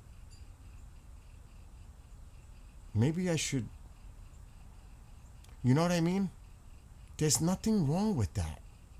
Because as long as it's making you think, and think is more important than act emotionally in situations. Because the emotions can get the best of you. In any situation. That light is driving me crazy. Do you know what I mean, though? We may only have 40 people in here, 100 people in here, whatever it is. But at least it has value to me in that chat room. I could see a stream with 20,000 people watching, but the chat is absolutely atrocious. Or it's going so fast you can't see what the hell's going on anyway, even if they slow it down. But it's just like, I don't even want to say anything. Because look at it. It's insane. That doesn't happen here. Thank God. And, I could say things that upset people, obviously. People in chat could say something that upsets somebody. But we're not going to just, stomp our feet and start yelling at each other and putting each other down because they disagree with you. It's all about a legitimate discussion. Make your points. And you guys are freaking... Everybody that's in that chat right now, you all bring a lot to the table. Really unbelievable points of view, and I respect it tremendously. And I look, and sometimes I'm distracted. I have to catch up to chat. But it's like this isn't as fun if I don't feel like I'm interacting with the conversation. And look, they do it for a living. That's why they depend on super chats, donations, whatever. We do it for the cause, just to have the discussion. I'm not looking to benefit monetarily from it. I just want to have a discussion with other people about it. That's simple. I'm not going to put super chat gets put on the screen, but what about everybody else's opinion in there? Don't they matter too? Does it have to be a super chat to get the attention? To get their attention from your question or comment? No. I mentioned this in a previous shot. Even though I am a Trump supporter, I have told people that the Iranians are playing Trump. There's nothing wrong with being honest. But what do these people say about what's going on at the border and how that has changed incredibly in decades? Look at the border. And I can understand how people may say, well, this policy, that policy, is cruel, inhumane, whatever the people say. The point of this is, it's a deterrence. You don't see them wanting to come over that border, do you? It is a deterrence. You may have your indifferent interpretations on the processes, but the point is, at the end of the day, the border is more secure. That's undeniable from any side. It's undeniable. So, but they'll you'll have people nitpicking, well, it's this, it's that, it's this. But what is the overall objective here? The effectiveness of it. Isn't that the outcome? Again, not everybody's going to be happy about it. But to me, it's a great thing that the border is more secure, and it serves as a deterrence. Now I say go after Mexico and finish the job. Take out the cartels as best as you can. Take out these human traffickers, drug traffickers, money laundering that goes on between our country and Mexico. So there's a lot of money involved in that too. Go after the facilitation of what's coming in from China, whether it's chemicals or whatever it is, to create fentanyl. Go after those plants. Go after the distribution points. Go after these cargo trains that people are packed on top, standing on top, coming from South America to the north. Go after it. Do you know what I mean? But that's just my opinion. And I'm sure you all may have a different opinion, but that's okay. But it's a conversation that truly needs to be had at some point. And I think that the president does want to take action in Mexico. I think he wanted to do it during his first administration, like to definitely label it, they are. The cartels are a terrorist regime. They're terrorizing Americans. They're poisoning our country. They're bringing in God only knows what kind of individuals into this country to do absolute chaos, destruction, and harm. That is a national security threat on so many levels. And it takes a lot of, again, it could be controversial in nature, but at least somebody's trying to do something about it. Regardless, and like anything else, there could be things that could be done better. There's always room for improvement, but it has to start somewhere, no? It is a systemic problem. But you guys understand what I'm saying? But that's a conversation that can be a healthy conversation, a debate, respectfully, from any side on how you view it. But we can do that here. A lot of places you can't. And that's true too. And there's so much absolutism. Yes. Oh my God, yes. Absolutely. Oh my God.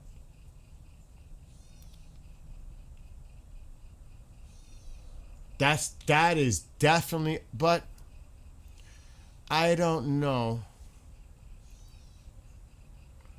I don't know all up in here necessarily. I would say the majority of the time what you just said, people need to realize that decision makers throw things out there to see what the public reaction is, or to cause a reaction, to influence public policy, or take attention off something else. That is definitely part of it.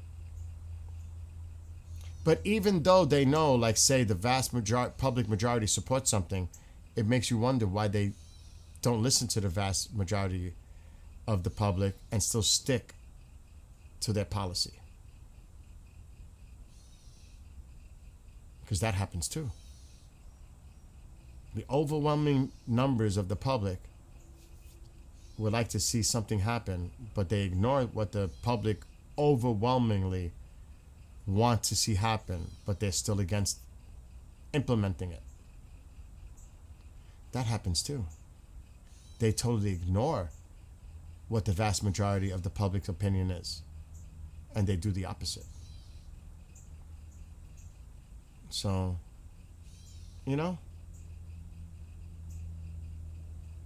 what did Thomas say? And when I worked for Homeland Security, I talked to many individuals higher up than me, and they told me that the drug cartels are far more dangerous than even the Islamic terrorists. Well,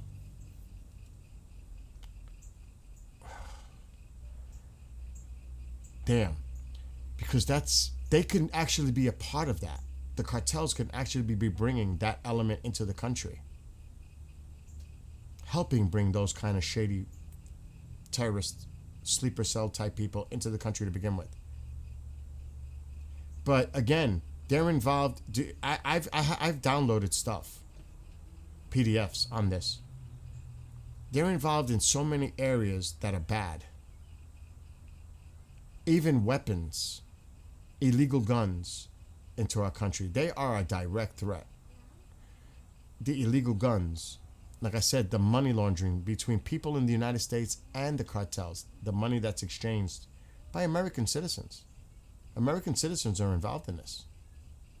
And it's billions and billions of dollars worth of money laundering. It's like they got the mafia on this side and the cartels on the other, to put it in a weird analogy way. Then you got the human trafficking. Then you got the drugs. Fentanyl. Just fentanyl alone. And the harm. How much death has fentanyl brought to this country? And Mexico is the number one priority. They are the number one distributors into this country, because I have the facts, I have the data, I have the documents made by our government to prove those statistics. How many people die? How many people die from Islamic terrorist activities in the United States compared to what Mexico, in all these different areas, gang violence, people that come into this country, MS-13, fentanyl. God only knows the illegal guns going back and forth, what they're responsible for. What the money laundering part of it is, reinvesting with these gangs on the streets, whoever's doing whatever they're doing. It definitely has a bigger effect on the direct implications of the United States itself than an Islamic terrorist does. Now, the threat exists of the Islamic terrorist here, but you cannot compare that threat in numbers on the ground compared to what the cartels are responsible of doing here in our country. You can't even compare. See what I'm saying? In just practical terms. Alexa, how many people passed away in the United States from fentanyl usage last year? 72,776 people died from fentanyl overdoses in the United States last year. Alexa, stop. Islamic terrorism didn't do that here. It's coming from Mexico. That is much more than you could ever imagine Islamic terrorism result in this country. That's just one example. Alexa, how many people lost their lives last year due to illegal gangs in the United States? Approximately 2,000 gang-related homicides occurred in the United States last year. How many of those was MS-13 responsible for, or Trade de Agua?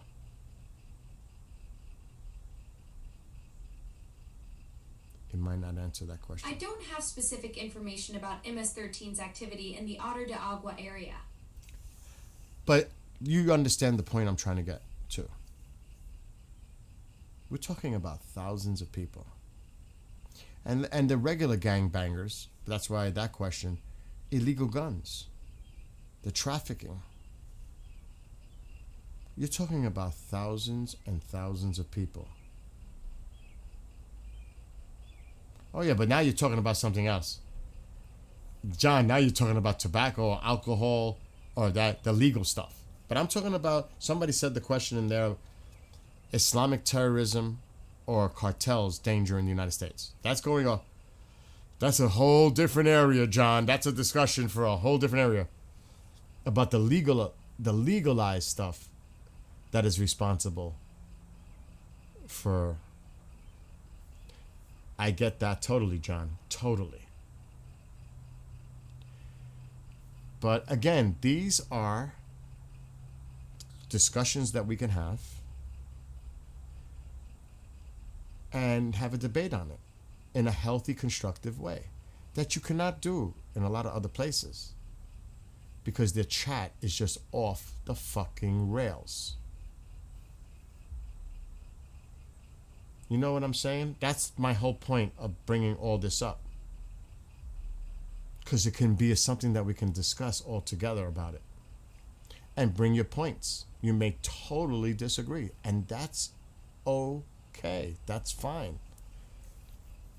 because there's always two sides, or not actually two sides. It's actually multi-layered. It's complex. It's not just black and white. Usually, it's just not just simple as there's many things that could be going on here and many things going on here, and you may nitpick to one, but it's usually more complex than simple. It usually is. If it was simple, it would be resolved easy. Doesn't that make sense? So it's not as simple as it seems. Because if it was simple, it wouldn't be a problem. It would be resolved. So it's not as simple as it appears to be. Oh yeah, but I was referring more to the South American gangs that come in, Thomas. That's why I said MS-13. That's not like American gangs. These are gang members that are coming from Mexico, South America, Tres de Agua, whatever it's called. But MS-13, they were here. They were not too far. They got them. At that time, they rounded them up. And yes, like somebody, Astro said, many topics have a nuance to them. That's absolutely true. And good morning. Tell your wife I say hello too. Tell Fringe I said my love.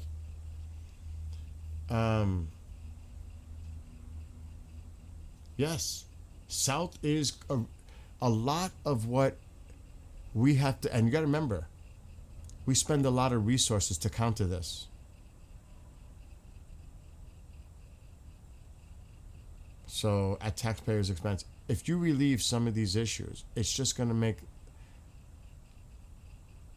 cost of living, living environment, neighborhoods and urban areas safer. It's going to make places in the South American countries better if you change what's going on there. Because like I said yesterday, it would be great if people want to stay in their countries and have no reason to leave their countries to go anywhere else. If you make the conditions better in those countries for these people to be prosperous and live in peace and joy and enjoy their lives there, why would you want to leave? For what? If you got it so good in your country, why would you want to leave? That's another part. Help it over there and change. I know Venezuela is focused on the oil, but it has to be just not Maduro, because there's still a lot of brutality in that government that exists. Not one person is, you take the head, but there's still a lot there still. And guerrilla warfare that goes on in the streets, and there's still an element in Venezuela. The cartels even. And gangbangers. So it's not that simple. But if you make it where people can live where they are in peace, prosperity, and they want to stay, why would they want to leave? Maybe there's a business opportunity in the United States. That's different. Maybe they're in some field over there and they're trying to expand. That's different. But a lot of people are fleeing because of the situation on the ground in their countries. And they, it's always been that dream. They hear so much about America and they want to go to America to make a better life for themselves and their families.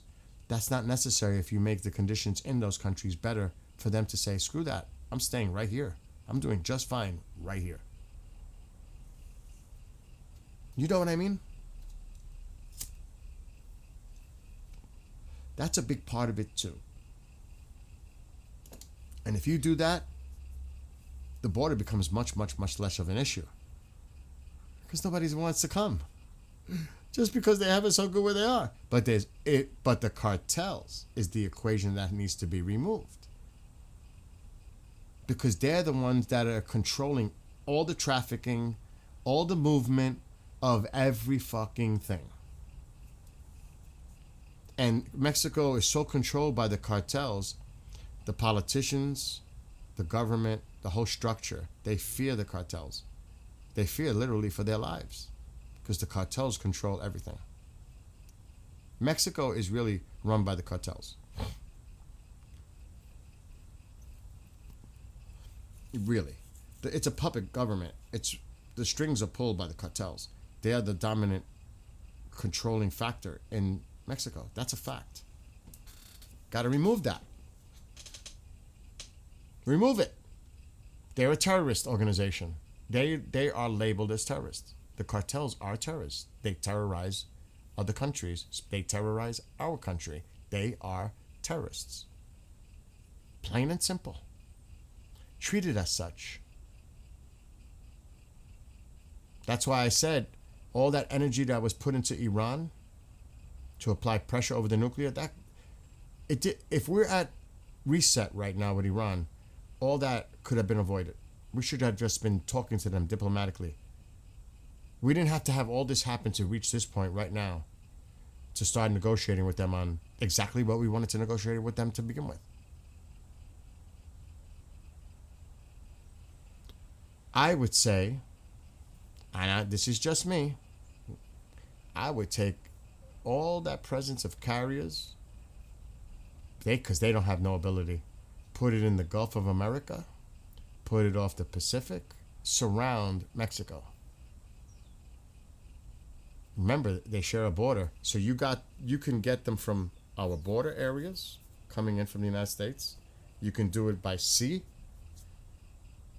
whether from the Pacific or the Gulf or even the Caribbean,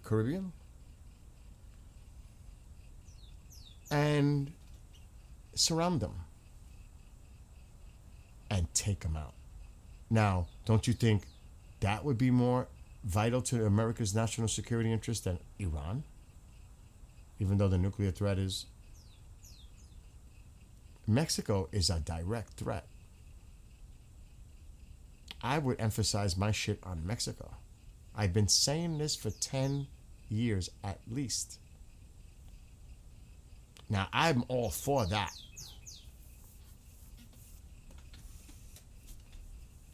That's me, though.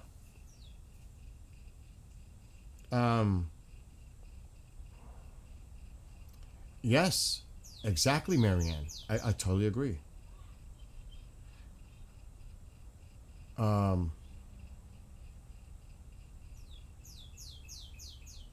So again, that's just me. I don't know what you all feel about it, but I'm going after Mexico. And I'm taking all the cocaine, Colombia, you're next. You're not allowing that poison into this country either.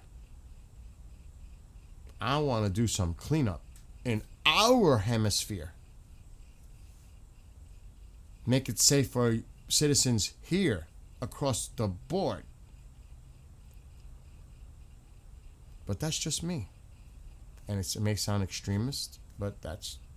If you really, really, really want to make the lives better for Americans as a whole, Mexico, number one. That's just me. And it doesn't just stop at Mexico, because there's other areas in South America that need to be addressed too.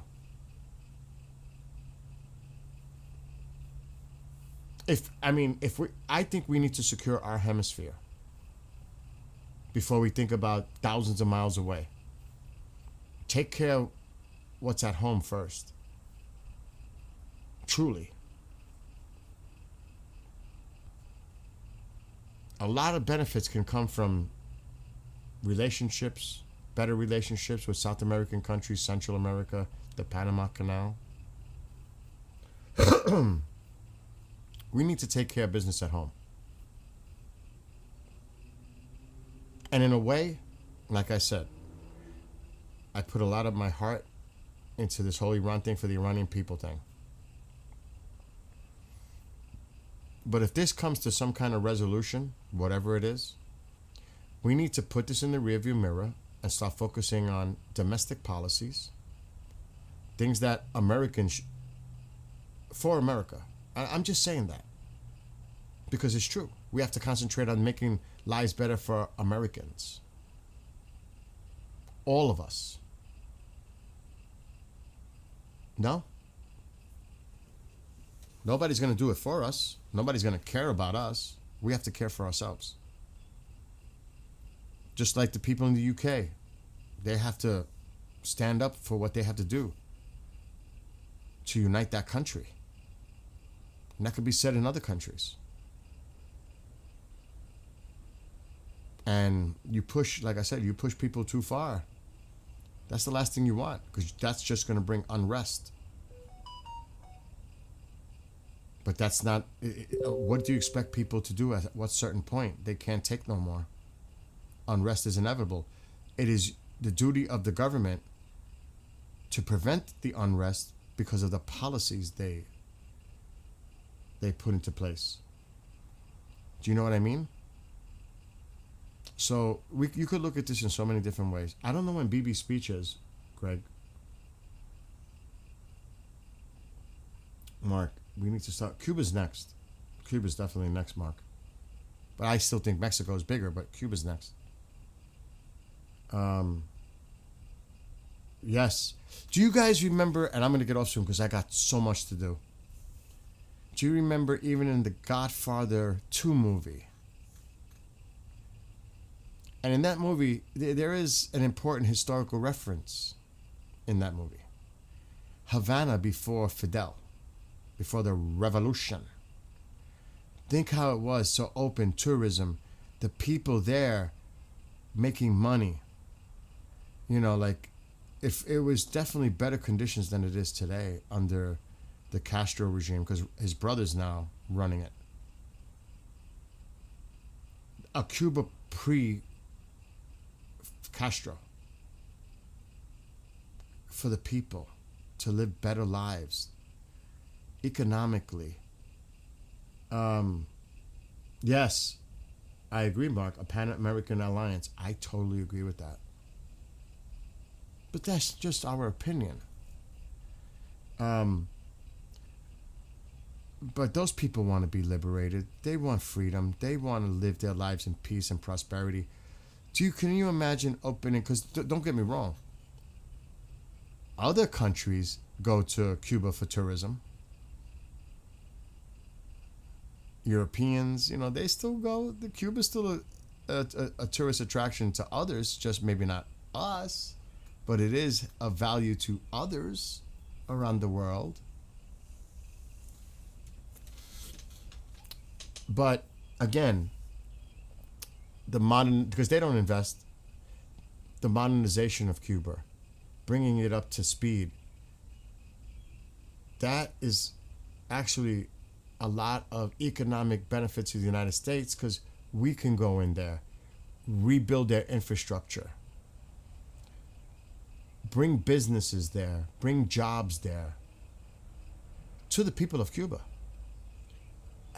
improve their infrastructure as far as like farming and in some other areas. It will benefit Cuba. It will benefit us, but it definitely benefits the Cuban people. Just saying. Dude, Marianne, don't get me started, because I have a plan. I've actually written to congressional people.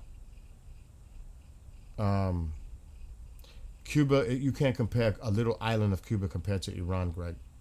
Iran is a vast country. Huge. And they've been preparing for this event for decades. With the missile cities and everything else. This has been going on for years. Cuba is a very small island, and they don't have a military. Really, they don't. Cuba, to be honest, is easier than Venezuela for us. Cuba's a walk in the park. If we really wanted it, it's a walk in the park, considering. This is even probably easier than Venezuela. Got to remember, we have joint operations with their military as it is now. We have direct communication with their military. We're in Guantanamo Bay. We are on the island. And if we can get the military involved too, it's a walk. This is not Iran. It's totally opposite from Iran. It's not even close. So, yeah, they also, Thomas, they also said they sent them drones. But again, we work with them on the ground, their military. We're there already, in Cuba. We have a presence there. So we know the mechanisms of what's actually going on the ground in Cuba. Reports of this, reports of that, allegedly this, allegedly that, can be totally different what's actually going on behind the scenes. You know what I mean? Just like anything else. And yes, that's the fear propagandist thing. They can target Florida. They can target this. Shit, they can target Puerto Rico. That's definitely going to come with the territory. So, who knows? We'll see. I guess we're all just going to have to wait to see. And that's the whole point, Greg. The economy. That's what Americans want. Focus on the economy. Totally agree, Greg. How about just start focusing on the economy instead of wars? I think the vast majority of Americans, whether left or right, would agree with you on that. Coming from a totally different perspective, politically, but I totally, and get Castro gone. Somebody commented on Rumble. Astro. You know, but I think the general consensus is definitely what you just said.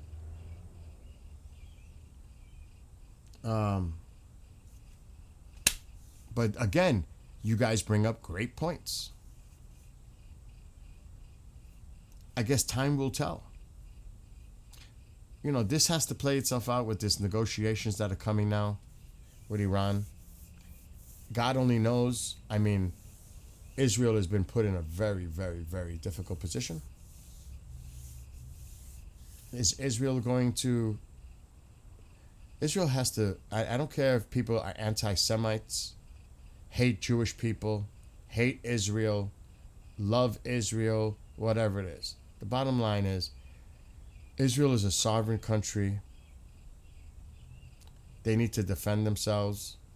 They will never be recognized by a lot of these Arab countries as a legitimate country. Iran will never view Israel as a legitimate country because that's why they have the access of resistance to the occupation of Palestine. That's not going away. So Israel's going to have to figure out a way to defend themselves. They're on their own. Israel is on their own.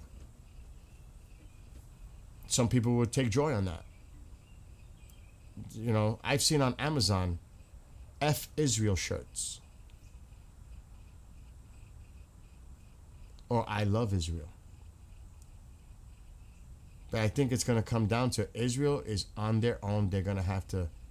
But the thing is, if they do anything, the president is going to flip out and Israel will get the blame. Because Iran is playing that card. If Israel does anything to Lebanon, the deal is off. We will walk away. So that puts pressure on the United States, the president, to tell Netanyahu, listen, Bibi, you're going to jeopardize this whole deal I'm working with Iran if you do anything in Lebanon. So that puts Israel now in that position. Because Iran is using Israel as the point of negotiations of getting out of it if they react. So Iran went to the president went to Bibi. That's the fact of the matter. There's no other way to spin that or sugarcoat it. That is what happened. The deal only is going to happen, the negotiation, not a deal. The negotiations are only going to take place because that is part of the memorandum of understanding. Israel is not to strike anywhere in Lebanon and at some point in the future withdraw their forces from Lebanon. But what does Israel say on this? It seems like Israel has no say. Because this is an agreement between the United States and Iran. Was Israel brought into this at all? Discussion, talk? Or did he just say, I don't care what Israel has to say. This is the way it's going to be done. Bibi's going to have to follow what I say. Was there any consultation about this? Israel's involvement in this overall agreement, or they had no say and you just are going to be told what to do and you're going to do it. You know what I mean? I don't know. And I don't know what Israel's going to do.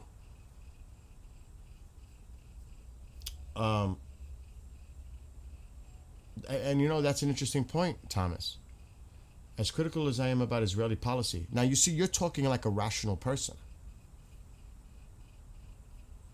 I am not in the camp of abandoning an ally. Well, wasn't this administration president supposed to be Israel's greatest ally? Better than any other president in the past? How does that look right now? I am not anti-Israel, but there is some policy that I agree with. Totally, and that's a total rational answer, Thomas. That is a respectful, rational answer. But how many people answer the way you just did? Think about that. You are being rational. There's a lot of policies.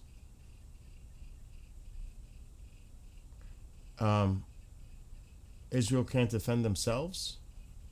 Israel's the size of New Jersey. They're being attacked from every side. North, south, east.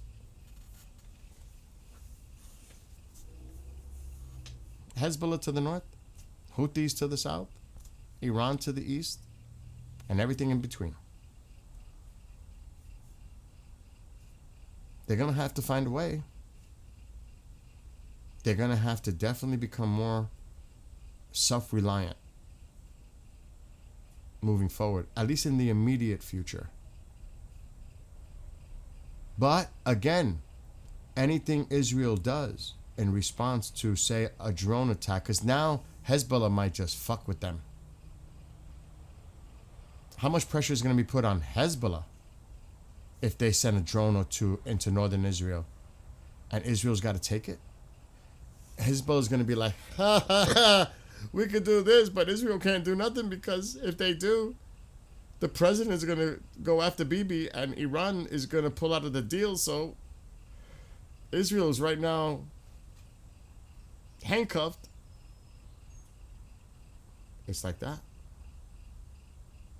Israel has been put in a really tough position right now. So we'll see. Let's see what Israel does. Israel might say, this is your deal with Iran. It's not our deal. We're not stopping. But then the blame is going to be put on them, because then a lot of people, even globally, is going to blame Israel if this deal doesn't go through. The whole blame is going to go on Israel. And the strait will be closed again. Iran's going to do all their shit to make Israel look like they're the bad ones. That's what Iran definitely wants. It's like a public it's a public win for them. You know, like social media, everything. It's a great thing for Iran if they make Israel look like the bad ones and they're somehow the rational ones. So you got to look at this from a lot of different ways.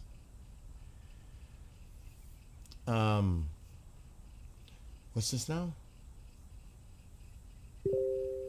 Because it's the art of the deal, Thomas. That's what it ultimately comes down to. It's the art of the deal.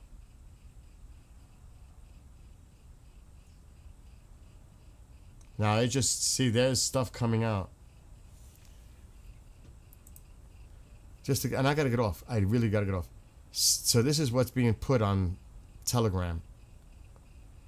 Since the announcement, there's already been one fatality in Lebanon from an Israeli drone strike, and a second Israeli strike hit a motorcycle in southern Lebanon, both happening after the MOU was announced electronically signed.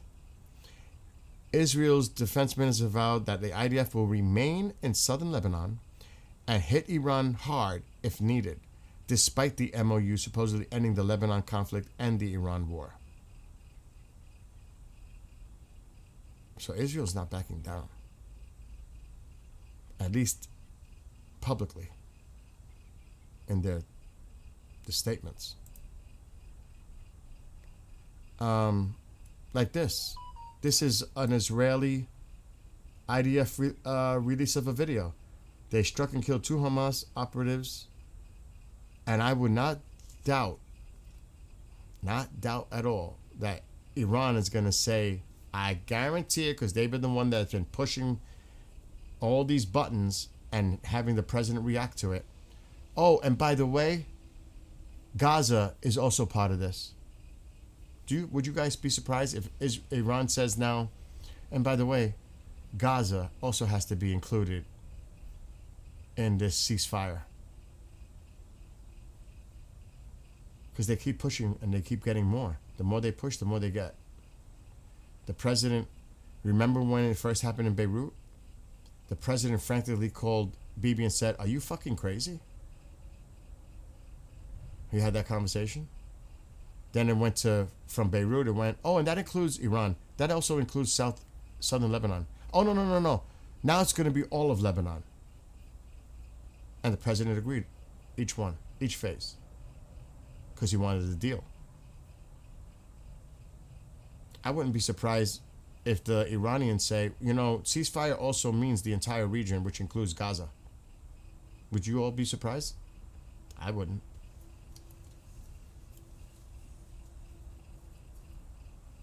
No, yes, exactly. Exactly, Martin. I agree with you from the Iranian perspective. Rebuild, regroup, restock, undig. Because I am convinced at the end of the day, this deal will never be signed in 2 to 3 months. Iran is buying their time and playing the United States. And we'll get pay as they go relief as they abide to certain things. They're going to get, it's going to be unbelievable. They're going to pay as they go. That's what this is, pay as they go. Relief of sanctions, frozen assets, pay as they go. If they comply on one thing, they get rewarded. If they comply on this, they get rewarded. Since when is that our policy? Since when? This is worse than Obama. Pay as you go. Vance said it. Vance said it. They do certain things, they get this. That's pay as you go. Yes, Iran is now going to be the influential power more than ever, John, in the region, in the Middle East. There's no doubt. Look at how weak the Arab countries' responses was. They were ready to send money there to bribe them to just think the threat of hitting their infrastructure, their water infrastructure, their oil infrastructure. Iran now holds that whole region hostage. Moving forward, for sure. They have become emboldened now. They know they can do this again in the future if they want to. That's the scary part of this. Because the United States, usually policy is that the United States would keep a presence somewhere in the Med, the Persian Gulf, somewhere.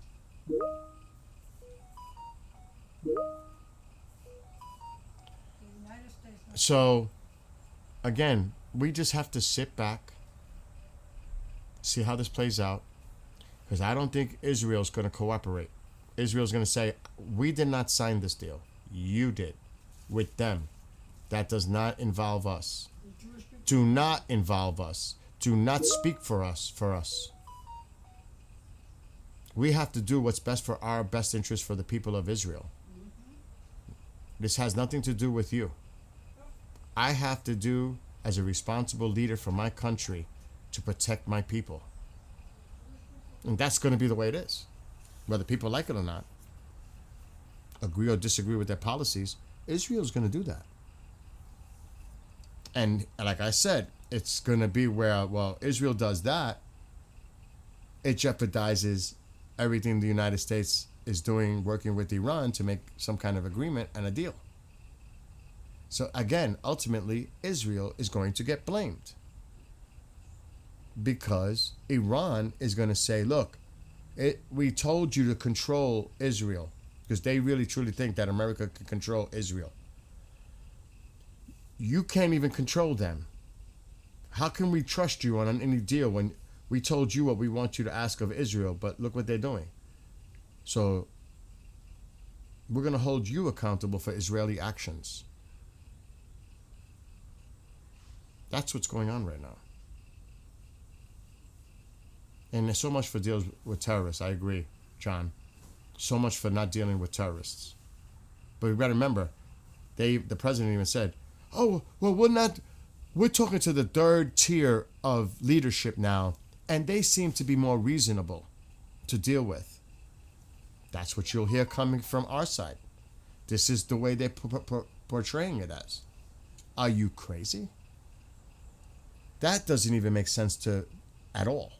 These are not rational people.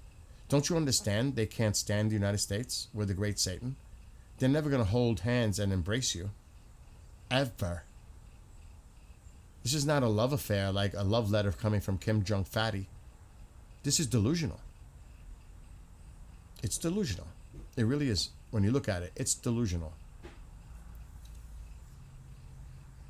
It does, Martin. It does. Now, maybe I'm overreacting. Very could simply be. But I'm also looking at this objectively and practically and history, like somebody just mentioned. Historically, Iran has never, ever complied.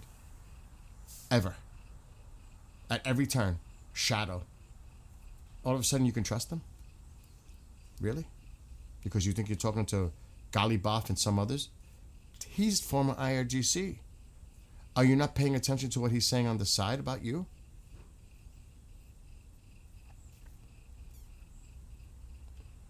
I bet you his people around him aren't even telling him what they're saying in Iran about him or about this whole situation. They're just giving him the soft stuff like, oh my God. And that's why I say it's not a good thing when you have loyalists and yes people around you, because they're not really showing him the whole picture of what's going on here. Because they want this diplomacy push so badly. I honestly think he's not seeing the whole picture. Being told by people around him. That's what happens. What's up, Rich? So,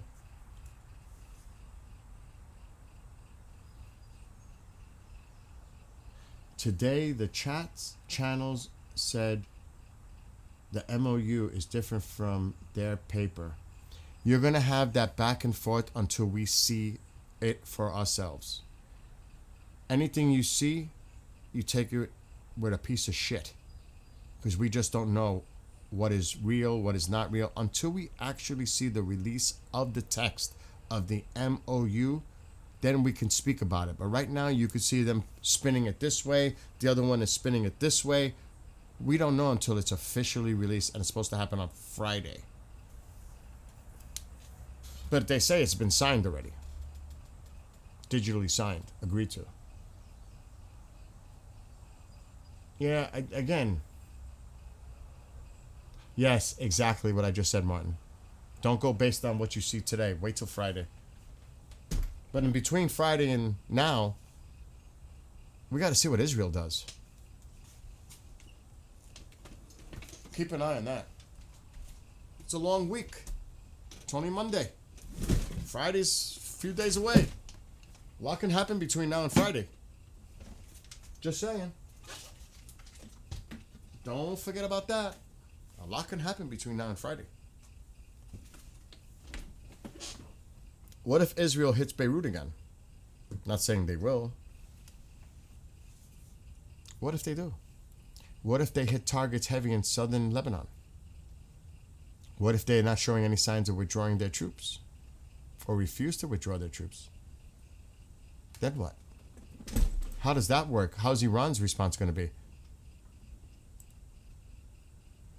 And I wonder if they can pull out, and actually I'm sure they can at any time, because this is just an agreement to negotiate. That's all this is. It's an agreement to sit down and negotiate now. It can easily be terminated. Oh, you know what? We're not going to meet. We're not going to negotiate. It's off. Because of what Israel's doing. The president's going to flip out.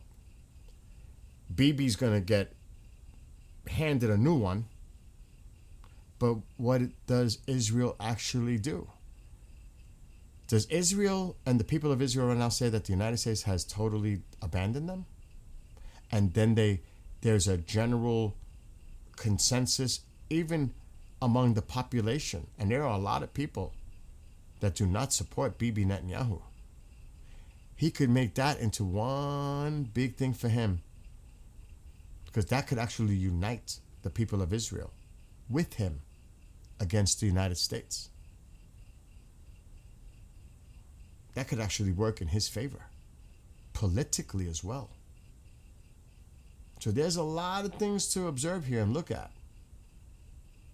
What do the people of Israel feel right now and are thinking?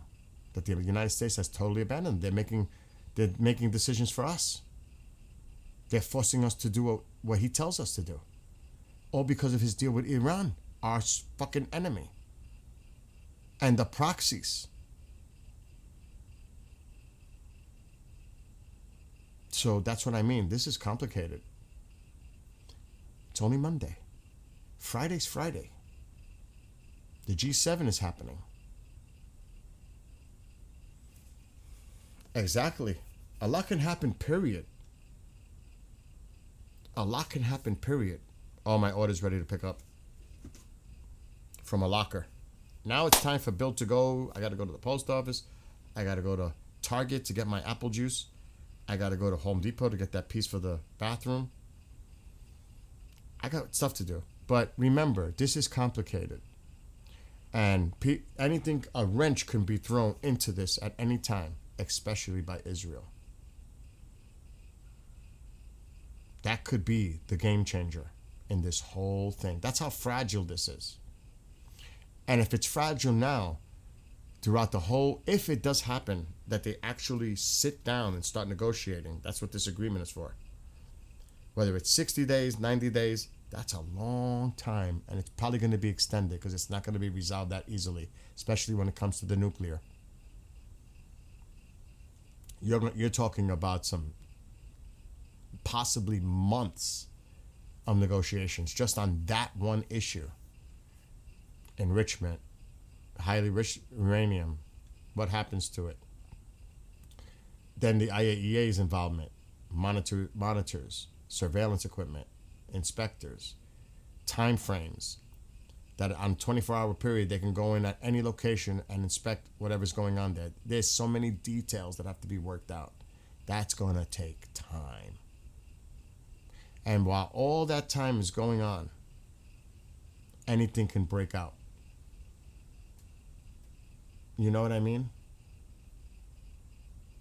Exactly. Saves him from the trial. You're talking about Bibi now. Yes. So again, this is complicated.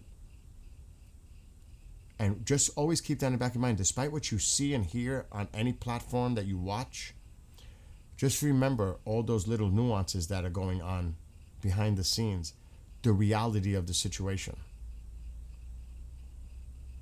Because, like I said, this is so fragile, it can collapse at any time. So we have to see how this plays out. It's still tense.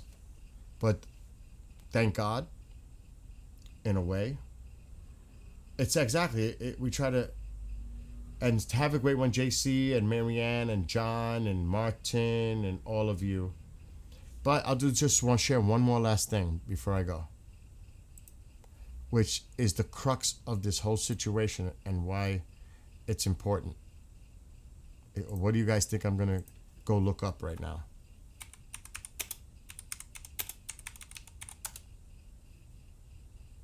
It's pretty easy. Let's take a look. Look how fucking much it dropped. WTI is at 80. Down 5.5% almost. Remember, the barrel was like at 60 before everything started. $60, $63. Look where it's at now. Look at Brent crude.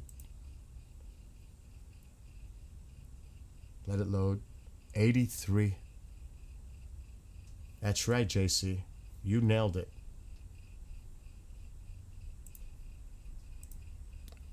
And the whole world is watching that.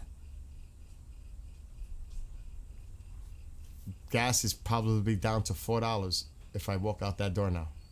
At least. It might be going back to the threes. That's going to make a lot of Americans happy and a lot of people around the world happy too. So remember that. That's the effect of a deal. Regardless, you cannot ignore that.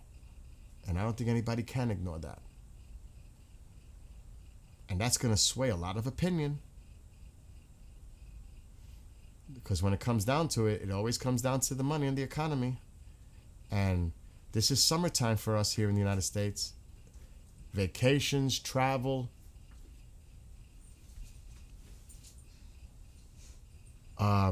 All that stuff. So this, actually the timing, it's about timing too, right? Now, do you think the president wants anyone to interfere with what you just seen on this screen? Absolutely not. Absolutely not. I have to say, I'm fucking ecstatic. It might be time to order some heating oil and fill up the tank.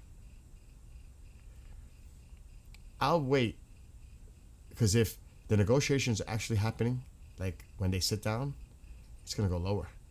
When the strait opens officially, that's going to go lower. Now oil is flowing.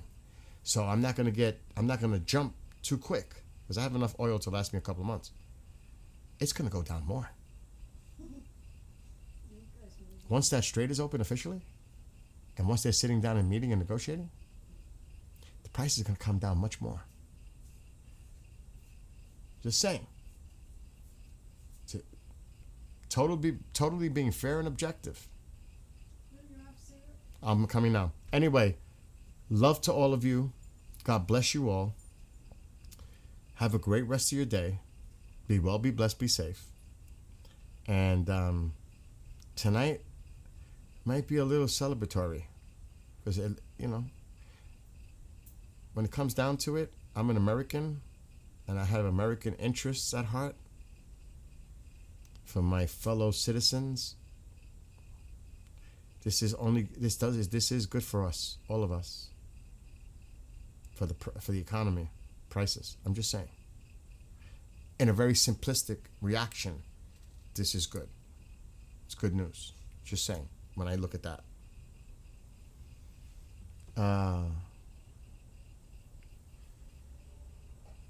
That's true, John. There's always going to be some element.